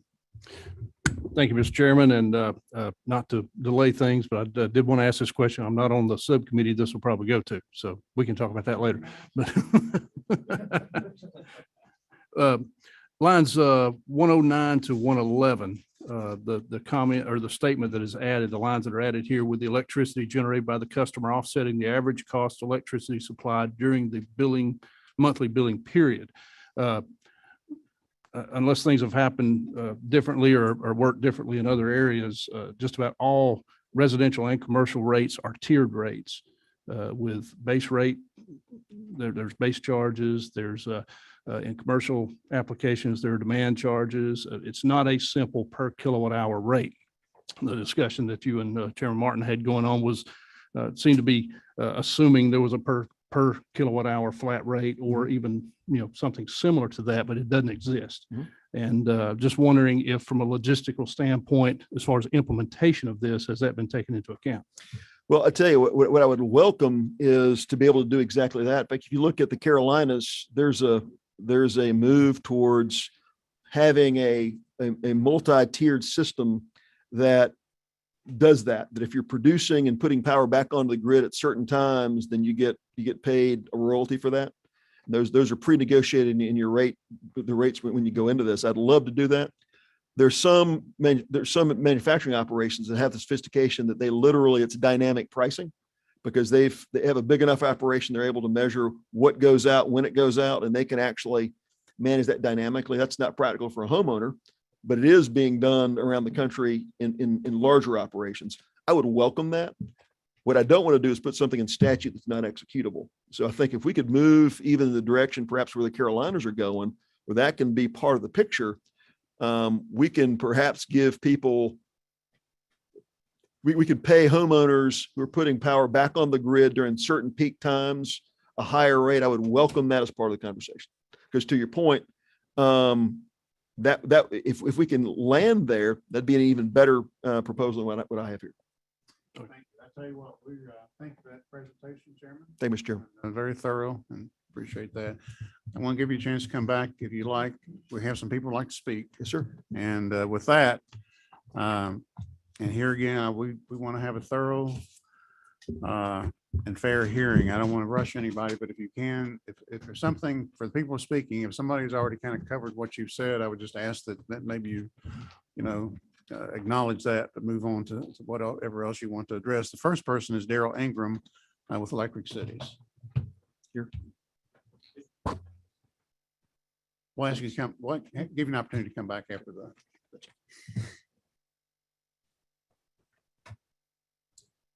Chairman Committee, thank you. Try to be brief. I'm Daryl Ingram with Electric Cities of Georgia, statewide organization for 52 municipal-owned electric systems in the state. We feel like the current Cogeneration Distribution Generation Act right now provides a fair and equitable framework for investment in renewable distributed generation on private properties. We are not in favor of House Bill 1083 and the changes. We think it's not necessary. And as drafted, a couple of points, and I'll be brief, create subsidies by other customers on the electric utility system, removes the utility's ability to apply actual cost to the customer generator, takes away regulators' authority to establish commercially applicable rates, allows an individual customer cogenerator to overbuild the renewable assets at 125% above what their previous year capacity. And the thing I would add is that Electric Cities of Georgia members have demonstrated a proactive position to help facilitate renewable distributed generation on their systems. For example, ECG collaborated with MEAG Power this previous year on an 80 megawatt construction of an 80 megawatt project that meets the needs of Walmart and other users to subscribe to that service. Walmart was very clear in their discussions with us that their intentions were to create a cost-based and non-subsidized model. And we honored that through that arrangement. Our ECG members have created a model renewable scenario that allows private renewable cogenerators to install distributed generation, whether renewable or elsewise, asset at residential and the commercial level. This model uses sound business practices and sound financial practices that prevent any potential cross subsidies between the cogenerator, the customer, and those that are non-cogenerators. That's all I have. I'd be happy to answer any questions you may have, Mr. Chairman or committee. Thank you, sir. I don't see any questions. Thank you. Thank you. Wilson Mallard. So tell us who you are and who you represent today. Good afternoon, Mr. Chairman. Wilson Mallard. I'm with Georgia Power Company. I represent our Renewable Development Department. So very happy to talk to you, Mr. Chairman, the committee members, and the public today. And first of all, let me start by bringing some good news. Solar is growing incredibly in Georgia. Georgia's got one of the best solar markets in the entire country. It's because of the foresight and the energy policy put forth by this body. And then the really good constructive regulation we get over at the PSC, the amount of solar and all renewables that are considered, generally solar is what's in the money here in the South right now. It's incredible. The growth is going just about as fast as I could possibly imagine it. Georgia Power just filed our triennial IRP over at the Public Service Commission, calling for another 2,300 megawatts of more solar. Solar's growing in every way, shape, and form, and we all deserve to be proud of that. We all deserve to take a little credit. The Renewable Development Department, which I'm representing, we work every day to help Georgia Power customers, developers, businesses, all types, find the type of renewable resource that makes the most sense for them. It's working really well. We want to grow solar responsibly. One of my tasks in my job is to try to procure solar for Georgia Power customers just as cost effectively as I can. And that's one of the things that the changes to the Cogen Act, the proposed language changes, would not allow me to do anymore. It would not allow Georgia Power to go procure the best cost solar resources that are available in the marketplace. We talked about how the Cogen Act has been working and how it is proposed to work. With the utmost respect to disagree, by changing the definition of netting to monthly netting creates a significant subsidy for all of our customers. It does, our residential rate does average about 12 cents a kilowatt hour. Solar energy is available in the marketplace for around 3 cents a kilowatt hour. Additionally, the Public Service Commission has approved a really comprehensive way to value energy from solar resources. It's called the Renewable Cost Benefit Framework, and it takes into account everything, all the benefits that come from solar, the reduced line losses, reduced capacity, all those things that are cost savings, but also adds in additional costs that are necessary to keep the grid reliable based on the intermittency of solar resources. So the bottom line is the changes as proposed in 1083 would create a significant cost shift. Those that have solar on their rooftop and are getting credited at that retail rate, the company wouldn't recover the cost to serve those customers. Put simply, more revenue is lost than cost is saved. And that doesn't flow through to Georgia Power's bottom line. That flows through the fuel clause. Those costs are passed directly on to other Georgia Power customers. We're right in the middle of a little experiment, the 5,000 customer pilot approved as part of the last rate case. We're up to about 3,500 customers online. We're putting those last 1,500 online just as quick as we can. The market is really booming there. What we've seen, even in just preliminary analysis, is just that amount of cost shift is in the neighborhood of $1.5 million a year for those 5,000 customers. If you extrapolate that out based on the significantly increased thresholds as proposed, it's about a 50-fold increase. We could see cost shift in the neighborhood of $75 to $100 million a year.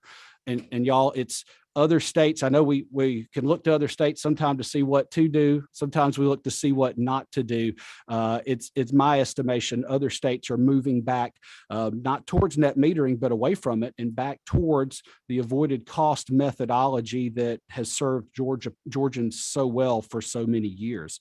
By moving in the direction to pay those solar resources the retail rate, we're actually going in the opposite direction of not just California, which has identified a $3 billion cost shift, not just Florida, which has identified a $700 million cost shift, not just Louisiana, which completely eliminated net metering. The Carolinas definitely have some very interesting rate designs and programs, but they're all moving back away from that retail credit. And the reason is simple. It creates a significant cost shift, and it's just not necessary. Even though we got full with our 5,000 customer pilot last summer, I'm here to tell you that we're on track just this month in February to have one of our top 4 months for signing up rooftop solar. The market has officially been stimulated. This pilot, this experiment is doing what it was expected to do. And that to me is the best way to evaluate a program like this. It's a limited pilot. We're able to evaluate the impacts to our system, the impacts to the marketplace with new players coming in, the impacts to those cost shifts, and then be able to make a decision based on what those impacts are.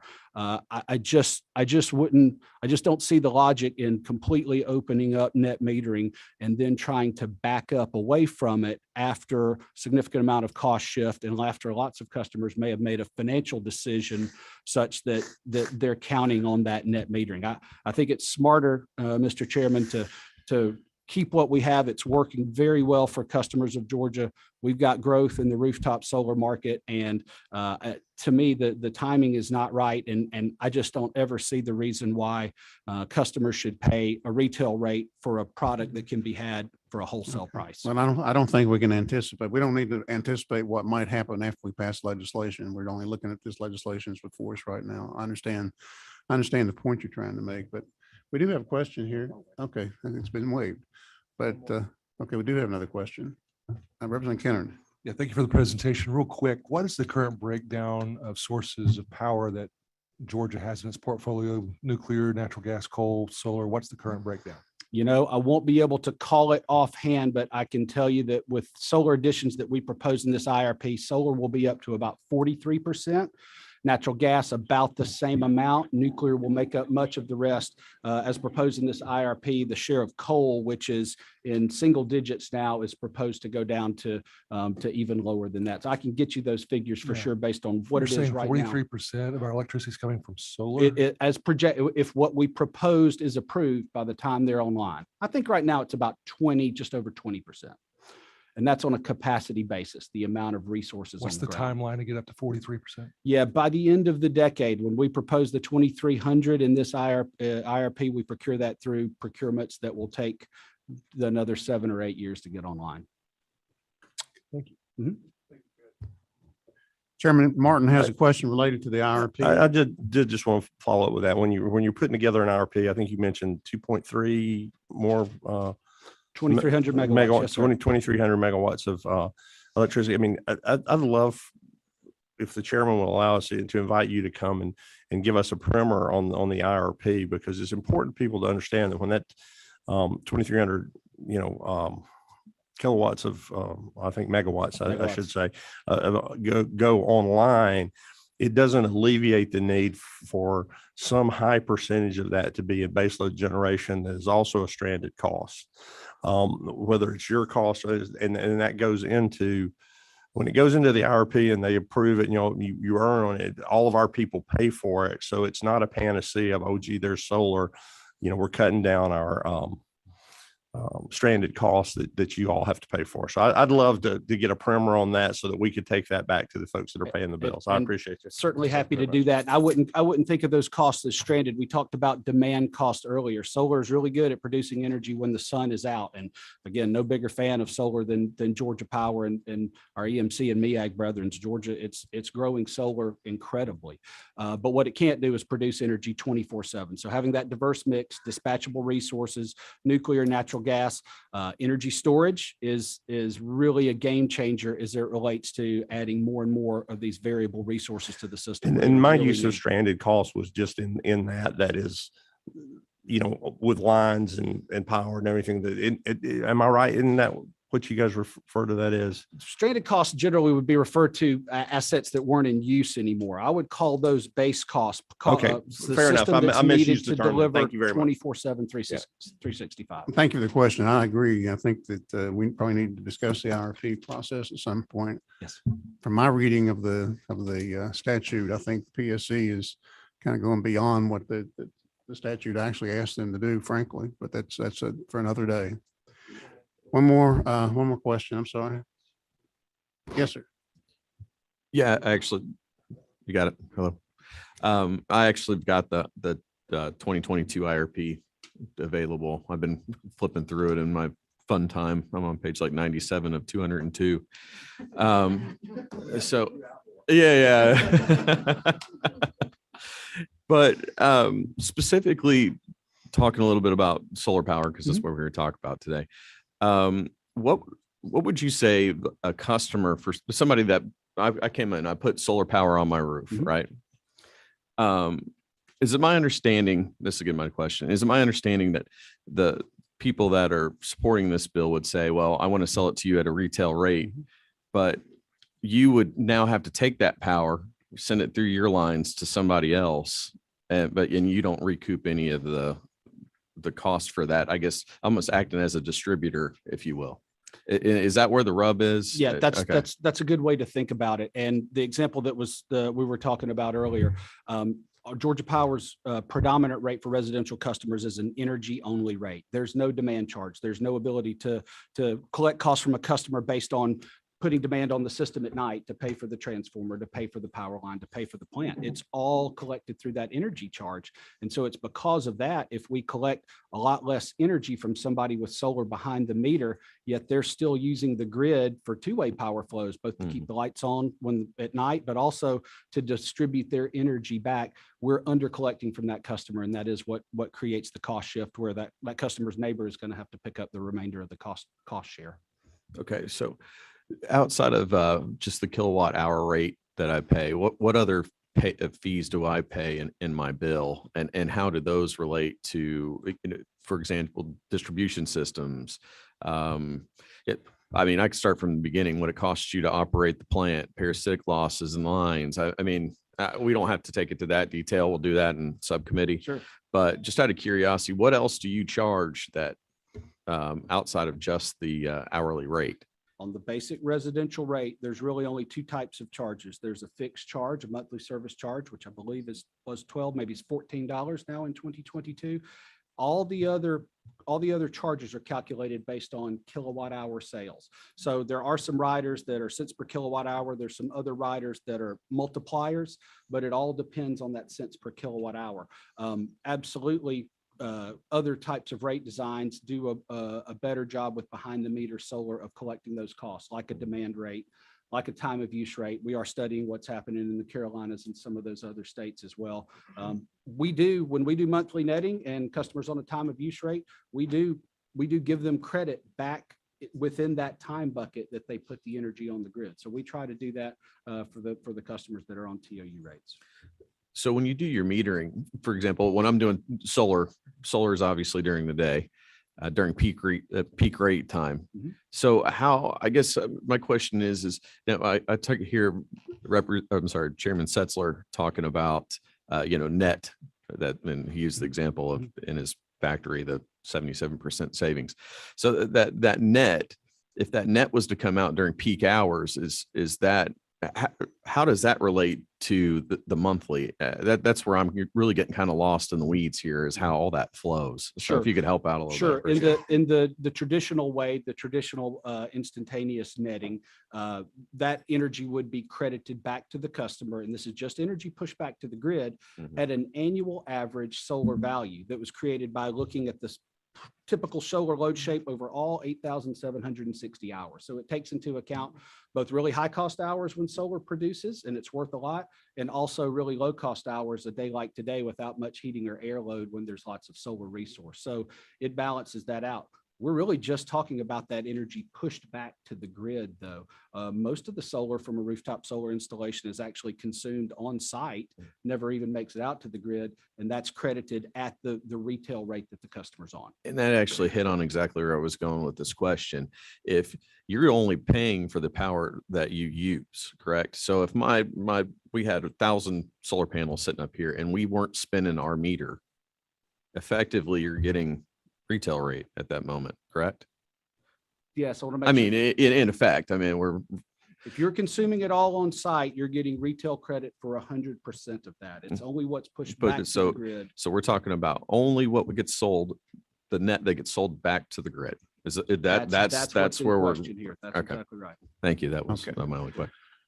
All right. I think that is, am I correct? That's all the questions for this gentleman? Okay.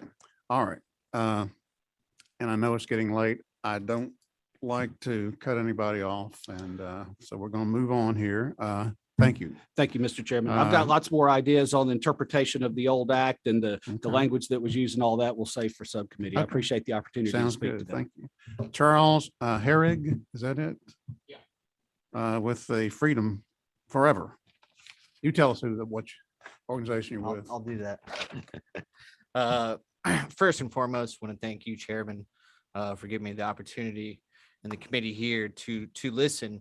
And more importantly, I want to thank Representative Setzler for introducing House Bill 1083. My name is Charles Edward Herrig, born and raised Georgian. Go Dogs. I currently work as a branch manager at Freedom Forever. We are a residential solar installer based near the airport, and I'll be speaking mostly about the journey of how I got here today. When I was starting my career in the solar industry back in 2014, there were hardly any residential jobs in Georgia. I knew I wanted this to be my career, helping deliver local, affordable, clean energy to all Americans.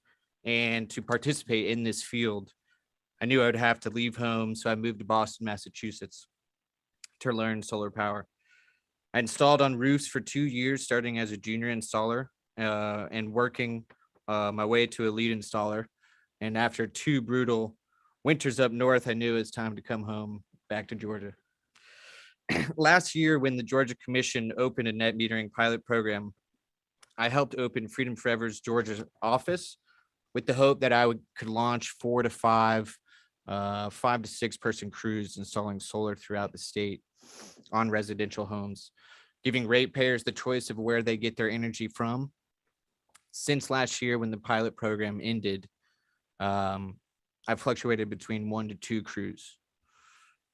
In less than a year, my 16 W-2 employees have installed over 2.1 megawatts throughout the state, serving 245 residential customers. Our customers believe that net metering gives them a long-term stability of energy bills, energy independence, and a hedge against inflation over energy prices. I'm beyond proud of the product our team has delivered to our 245 residential customers in Georgia, and we're eager to do much more. I'm also proud of the jobs we've created here in Georgia. I think that's the most important part. A vast majority of our employees never attended a college or a university. They saw this job opportunity as a way to advance their careers through hard work while benefiting from high wages, a 401k plan, and health insurance. To wrap my time up, I strongly encourage the passage of House Bill 1038, as it will be a job creator for the state and allow our ratepayers the freedom to choose energy allocations. It will allow young people like myself the opportunity to learn and join in a growing industry while increasing our tax base. Thank you. I don't see any questions. Perfect, Thank perfect. you for your presentation. Thank you. Very good presentation. Thank you. I'm having trouble reading the next one. It's on mine. Hey, tell us your name. Angel Povitude. It is Angel. Okay. And if you'll tell us who you're with. My name is Angel Povitude. I'm a little nervous. Sorry. I live here in a city of Atlanta, Southwest Atlanta, about 3 miles southwest in Adair Park neighborhood. And I'm a solar power customer. I joined Creative Solar when Atlanta did their Solarized Atlanta program back in October of 2018. I'll just take a quick step back. I drive freight trains for a living here in Georgia between Atlanta, Athens, and Gainesville for CSX Railroad. I'm a CSX engineer conductor for the railroad. Really champion energy, and we use a lot of it on the railroad, 5,000 horsepower diesel electric hybrid engines. I have a niece, she's 6. I want to have clean power for myself and my community. I purchased an electric car thanks to the Georgia Power program back in 2014. So I've had an electric Leaf now for 8 years. I have 100,000 miles on it. It's been a great car. Thank you for helping me get that car. I spent $9,000 to get the solar panels on my house. It's a 3.28 kilowatt system. I was paying about $850 a month before solar with one electric car. And now I'm paying $550 was my bill last year. So a $300 savings over the course of a year. Half of that was net metering. So when the net metering happened last year, I went from saving only $150 a year to $300, basically $160 with the net metering added. If you take out the net metering, I would never pay off my system in the 30 years of the life of the system. With the net metering, it's going to take 30 years to pay back the life of my system. Heard a lot of questions today. I was really and a lot of information.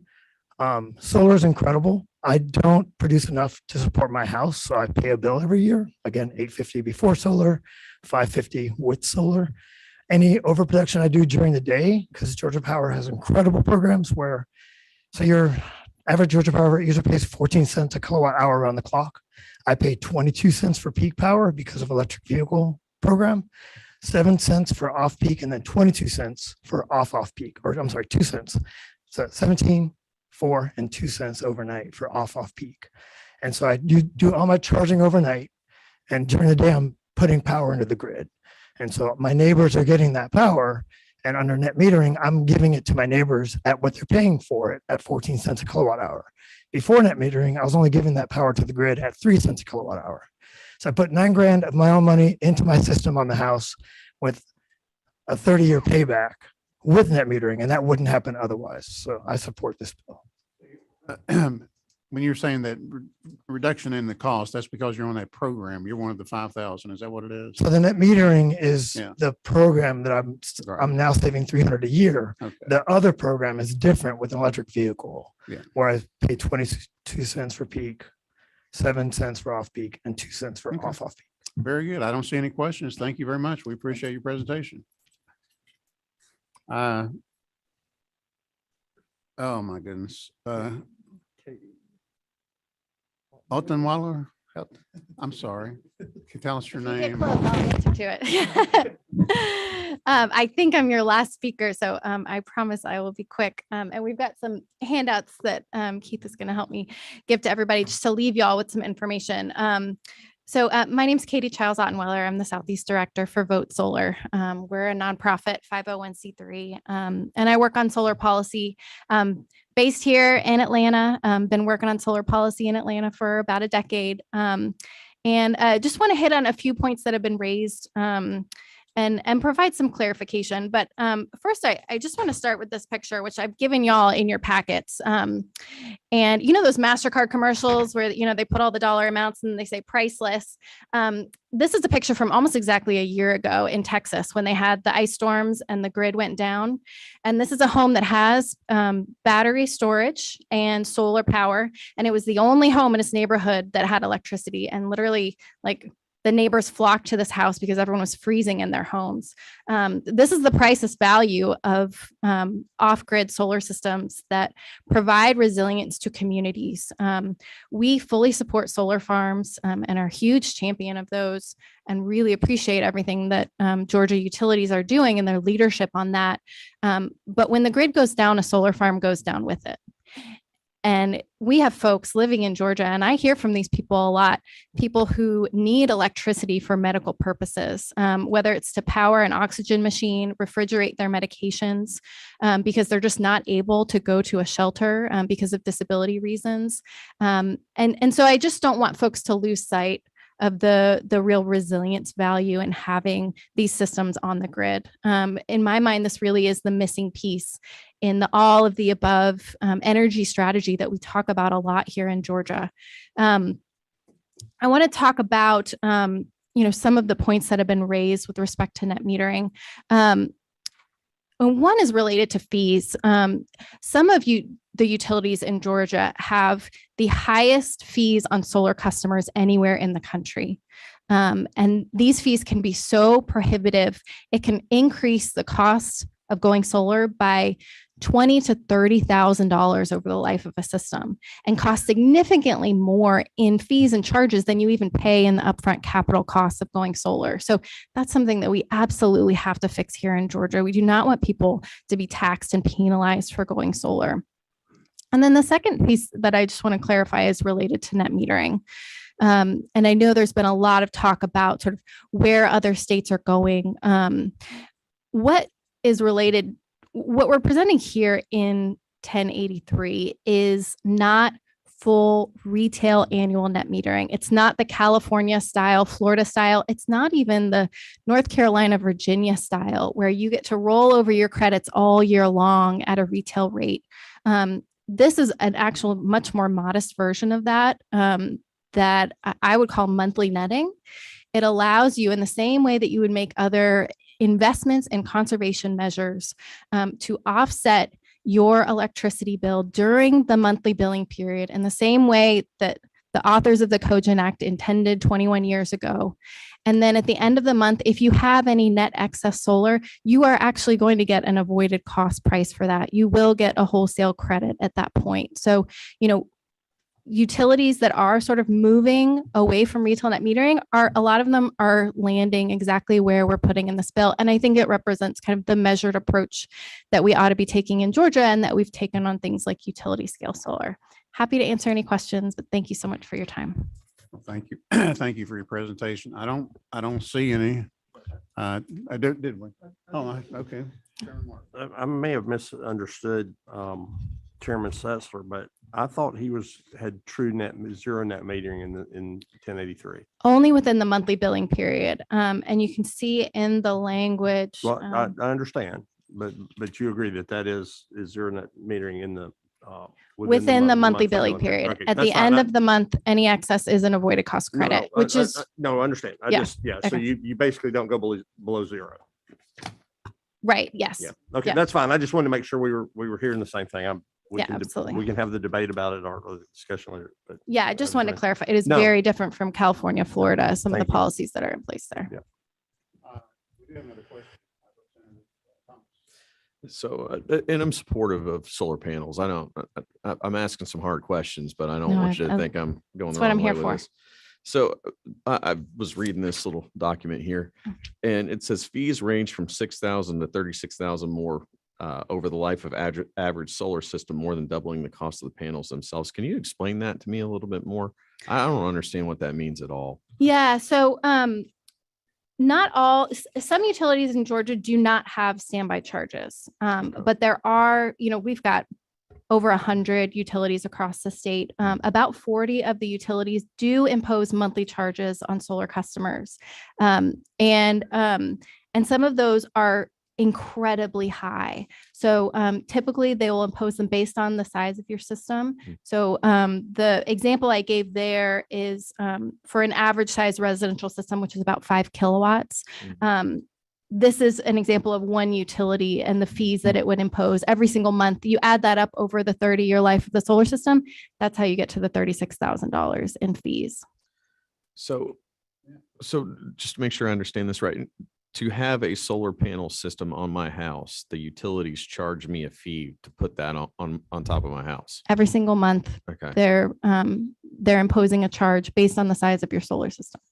Okay, because when we get to committee, I'd like to shake that out, or Yeah. Ed, if you and I could talk about that a little bit more, because that's just different from my understanding.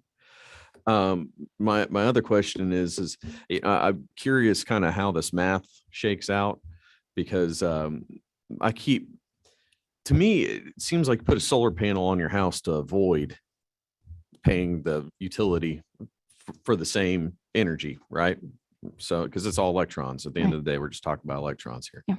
So when you talk about these fees and costs and recoup money, my understanding is people don't put solar panels on their roof to try and make money off of them. They do it to just avoid the cost of what it would be to offset that cost from the power plant, correct? Absolutely. So They're I'm trying to not- control their bills. Another thing I'd like to talk with you and work with you a little bit on is getting an understanding of how this 30-year recoup is actually being shook out. Because right now it kind of seems like a lot of, and I mean this most respectfully as possible, it seems a little bit of kind of smoke and mirrors for me. So just a little more transparency there would be helpful.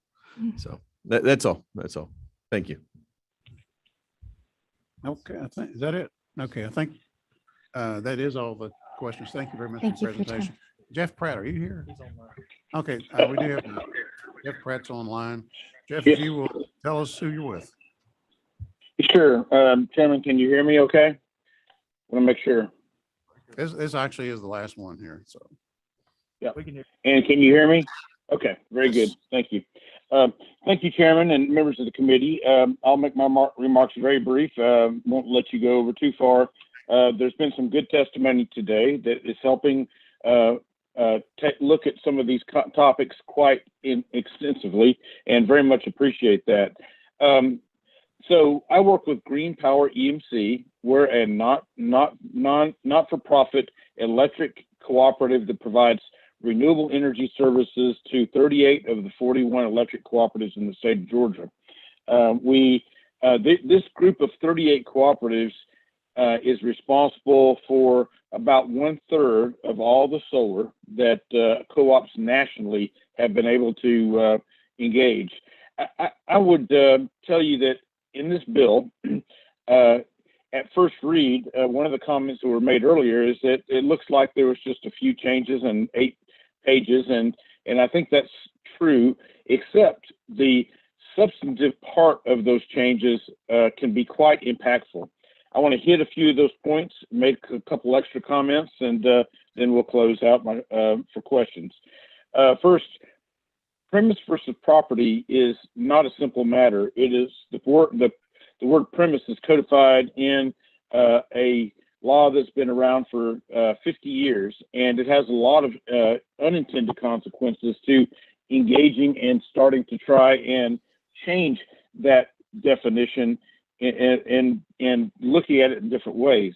I would say that interconnection of a solar system and the requirement to do that on either side of the utility meter could also be problematic, especially coupled with premise versus property.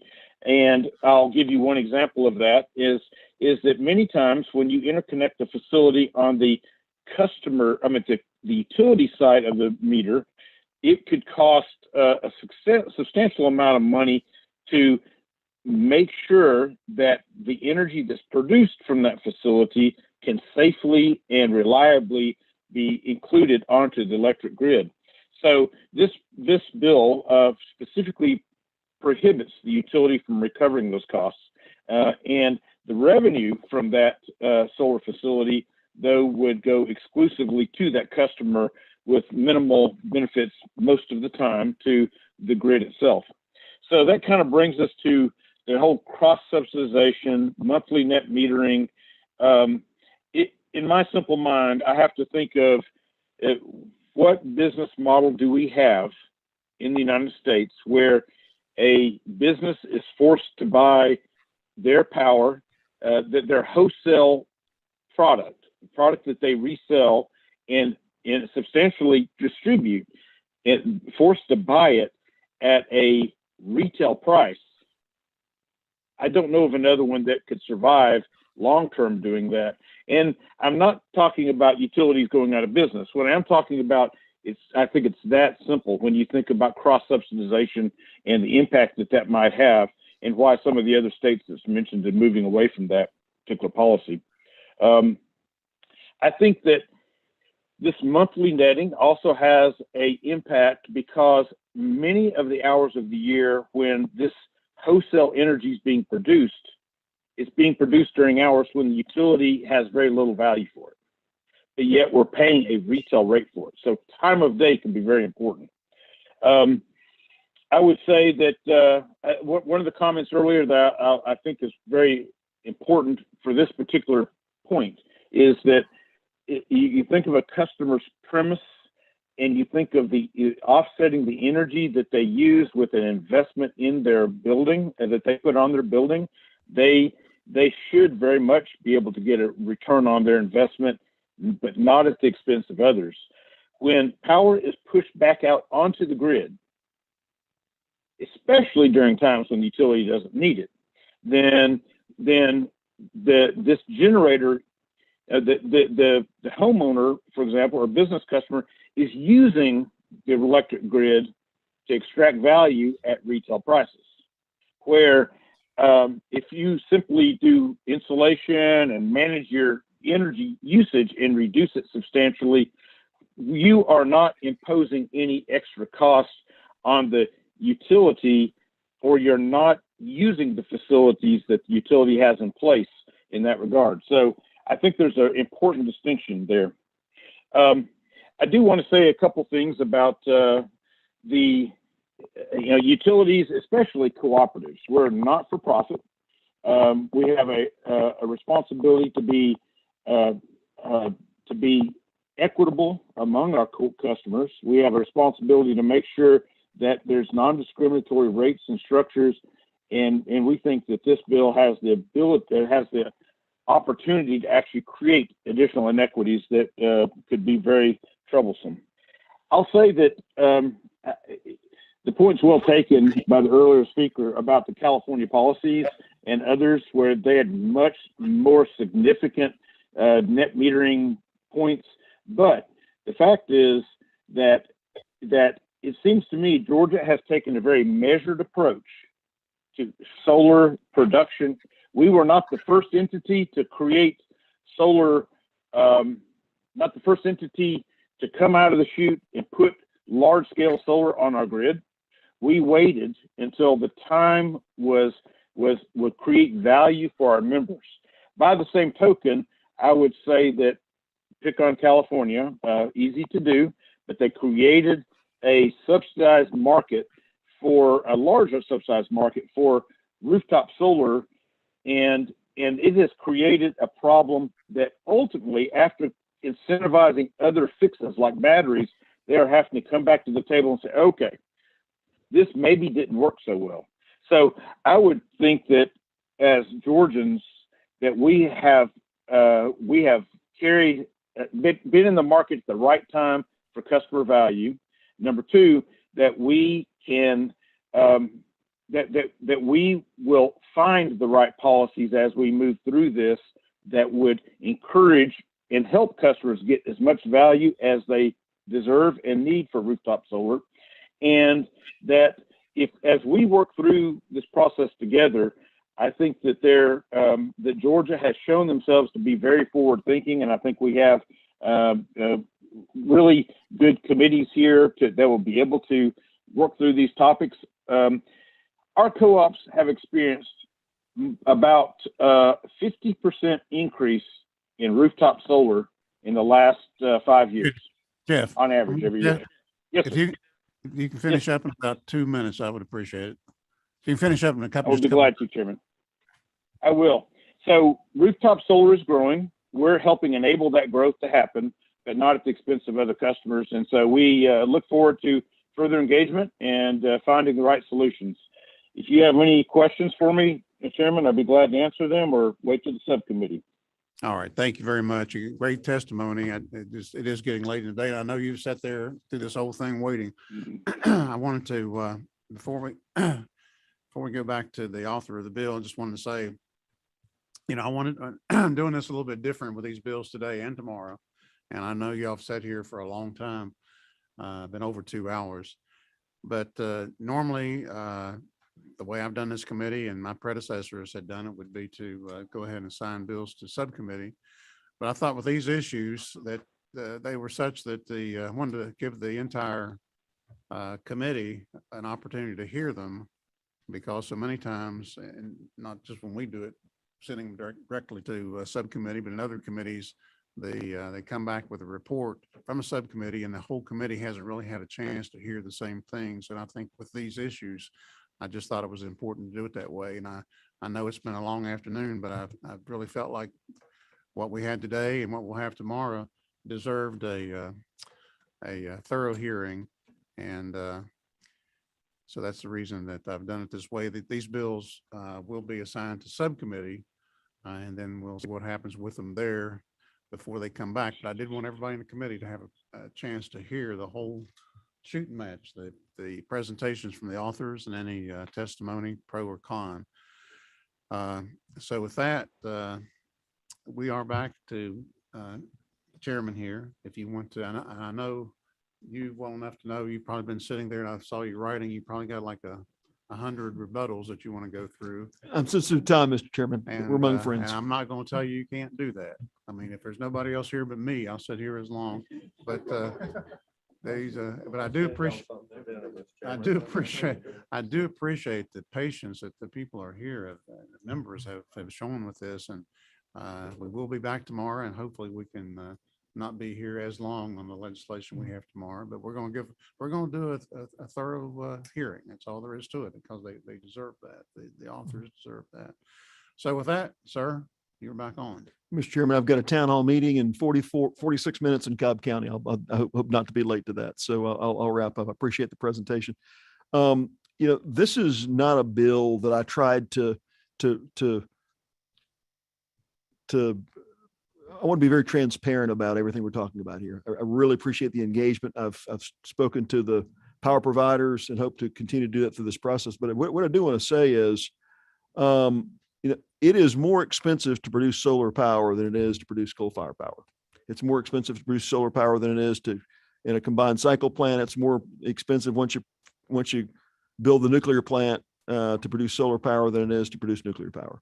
If we're bringing 2,300 megawatts online in our Georgia Power IRP, that cost is raising the cost of delivering power in Georgia. It is. No one disputes that delivering solar utility scale is more cheap than delivering at rooftop. But what we've decided in this IRP that's been proposed, just for Georgia Power alone, EMC's aside, is we're going to pay more for power because we believe solar needs to be part of our mix. So that cross, which referred to as a cross subsidization, is really a cost to the overall energy economy of Georgia. And the question is, should 100% of that solar power being brought online be delivered with utility scale solar, or should some significant percentage be delivered rooftop, distributed, whether it's homeowners or whether it's businesses? I believe a portion of that 2,300 megawatts ought to be delivered rooftop, and by businesses, not just by power providers, because they're willing, the homeowners and whether it's agricultural or whether it's industrial, they're willing to front the capital to do this.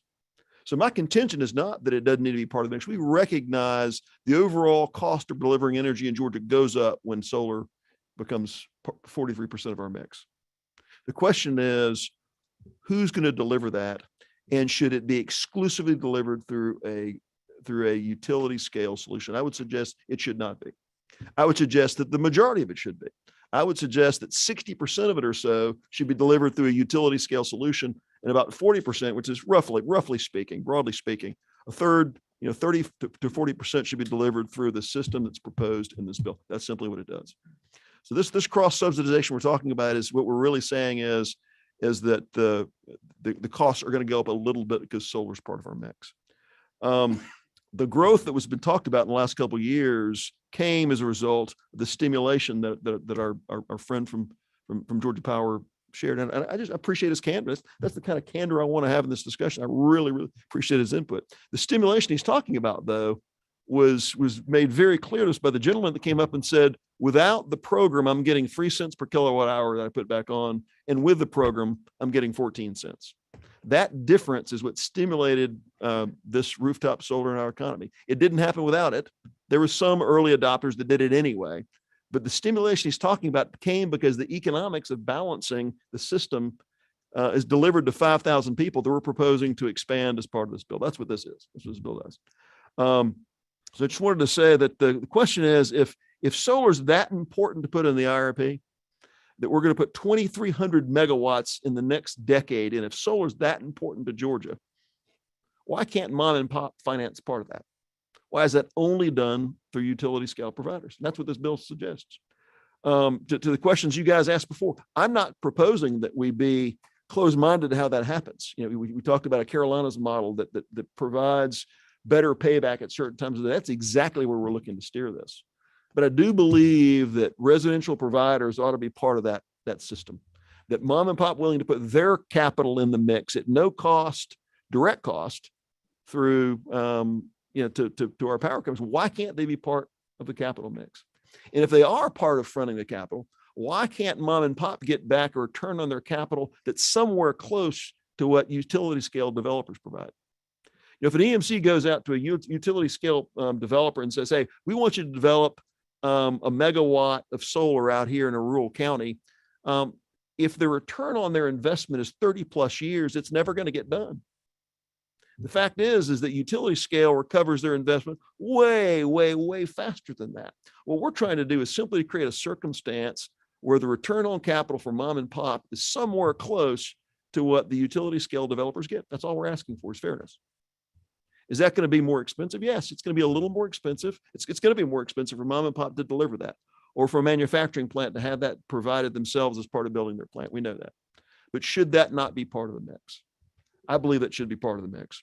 And as we think about, when you look at what the bill proposes, you're looking at about 2.5% of the homes in Georgia doing this. The cap at 10 kilowatts, most homes are not 10 kilowatts. The gentleman that presented here is 3.2. Even if a generous 5 kilowatt, that's a pretty big PV array. Even if at 5 kilowatts, we're talking about 100,000 houses. We're talking about 100,000 homes at the most in Georgia being part of this program, which is roughly speaking 2 to 3% of the homes in our state. To me, that feels about right. California is somewhere in the 20% range. We don't want to be California. There's all kinds of problems that are brought into the picture when you're trying to be California, which we're not trying to be. But I believe 2 to 3% of homes in this program is a good mix. It's not going to distort these calculations in a way that's inappropriate. Mr. Chairman, so that's, again, in closing, that's all we're trying to recognize here. I think the answer is that what is the right rate where mom and pop can get a return on their investment that's consistent with what a commercial developer can develop, selling to a power company, selling to an industrial entity, selling to Georgia, or developing on behalf of Georgia Power. And I would just suggest that to somewhere when the fees we see that are loaded on top are what they are, they seem to be working against bringing more solar on board. I don't want the solar developers to be more equal than others. I want these returns to be more balanced. And I'd love to work with the committee to find the right sweet spot. So. Thank you. Thank you for your presentation. Thank you for your wrap up. I'll let you know who we need to contact who will be chairing the subcommittee. And, you know, you get thoroughly vetted in there and probably have some of the same questions and same presentations all over again. But, you know, that's just the way to. Appreciate the committee's time, Mr. Chairman. Thank you very much. And with that, if there's no objection, this meeting is adjourned. Thank you for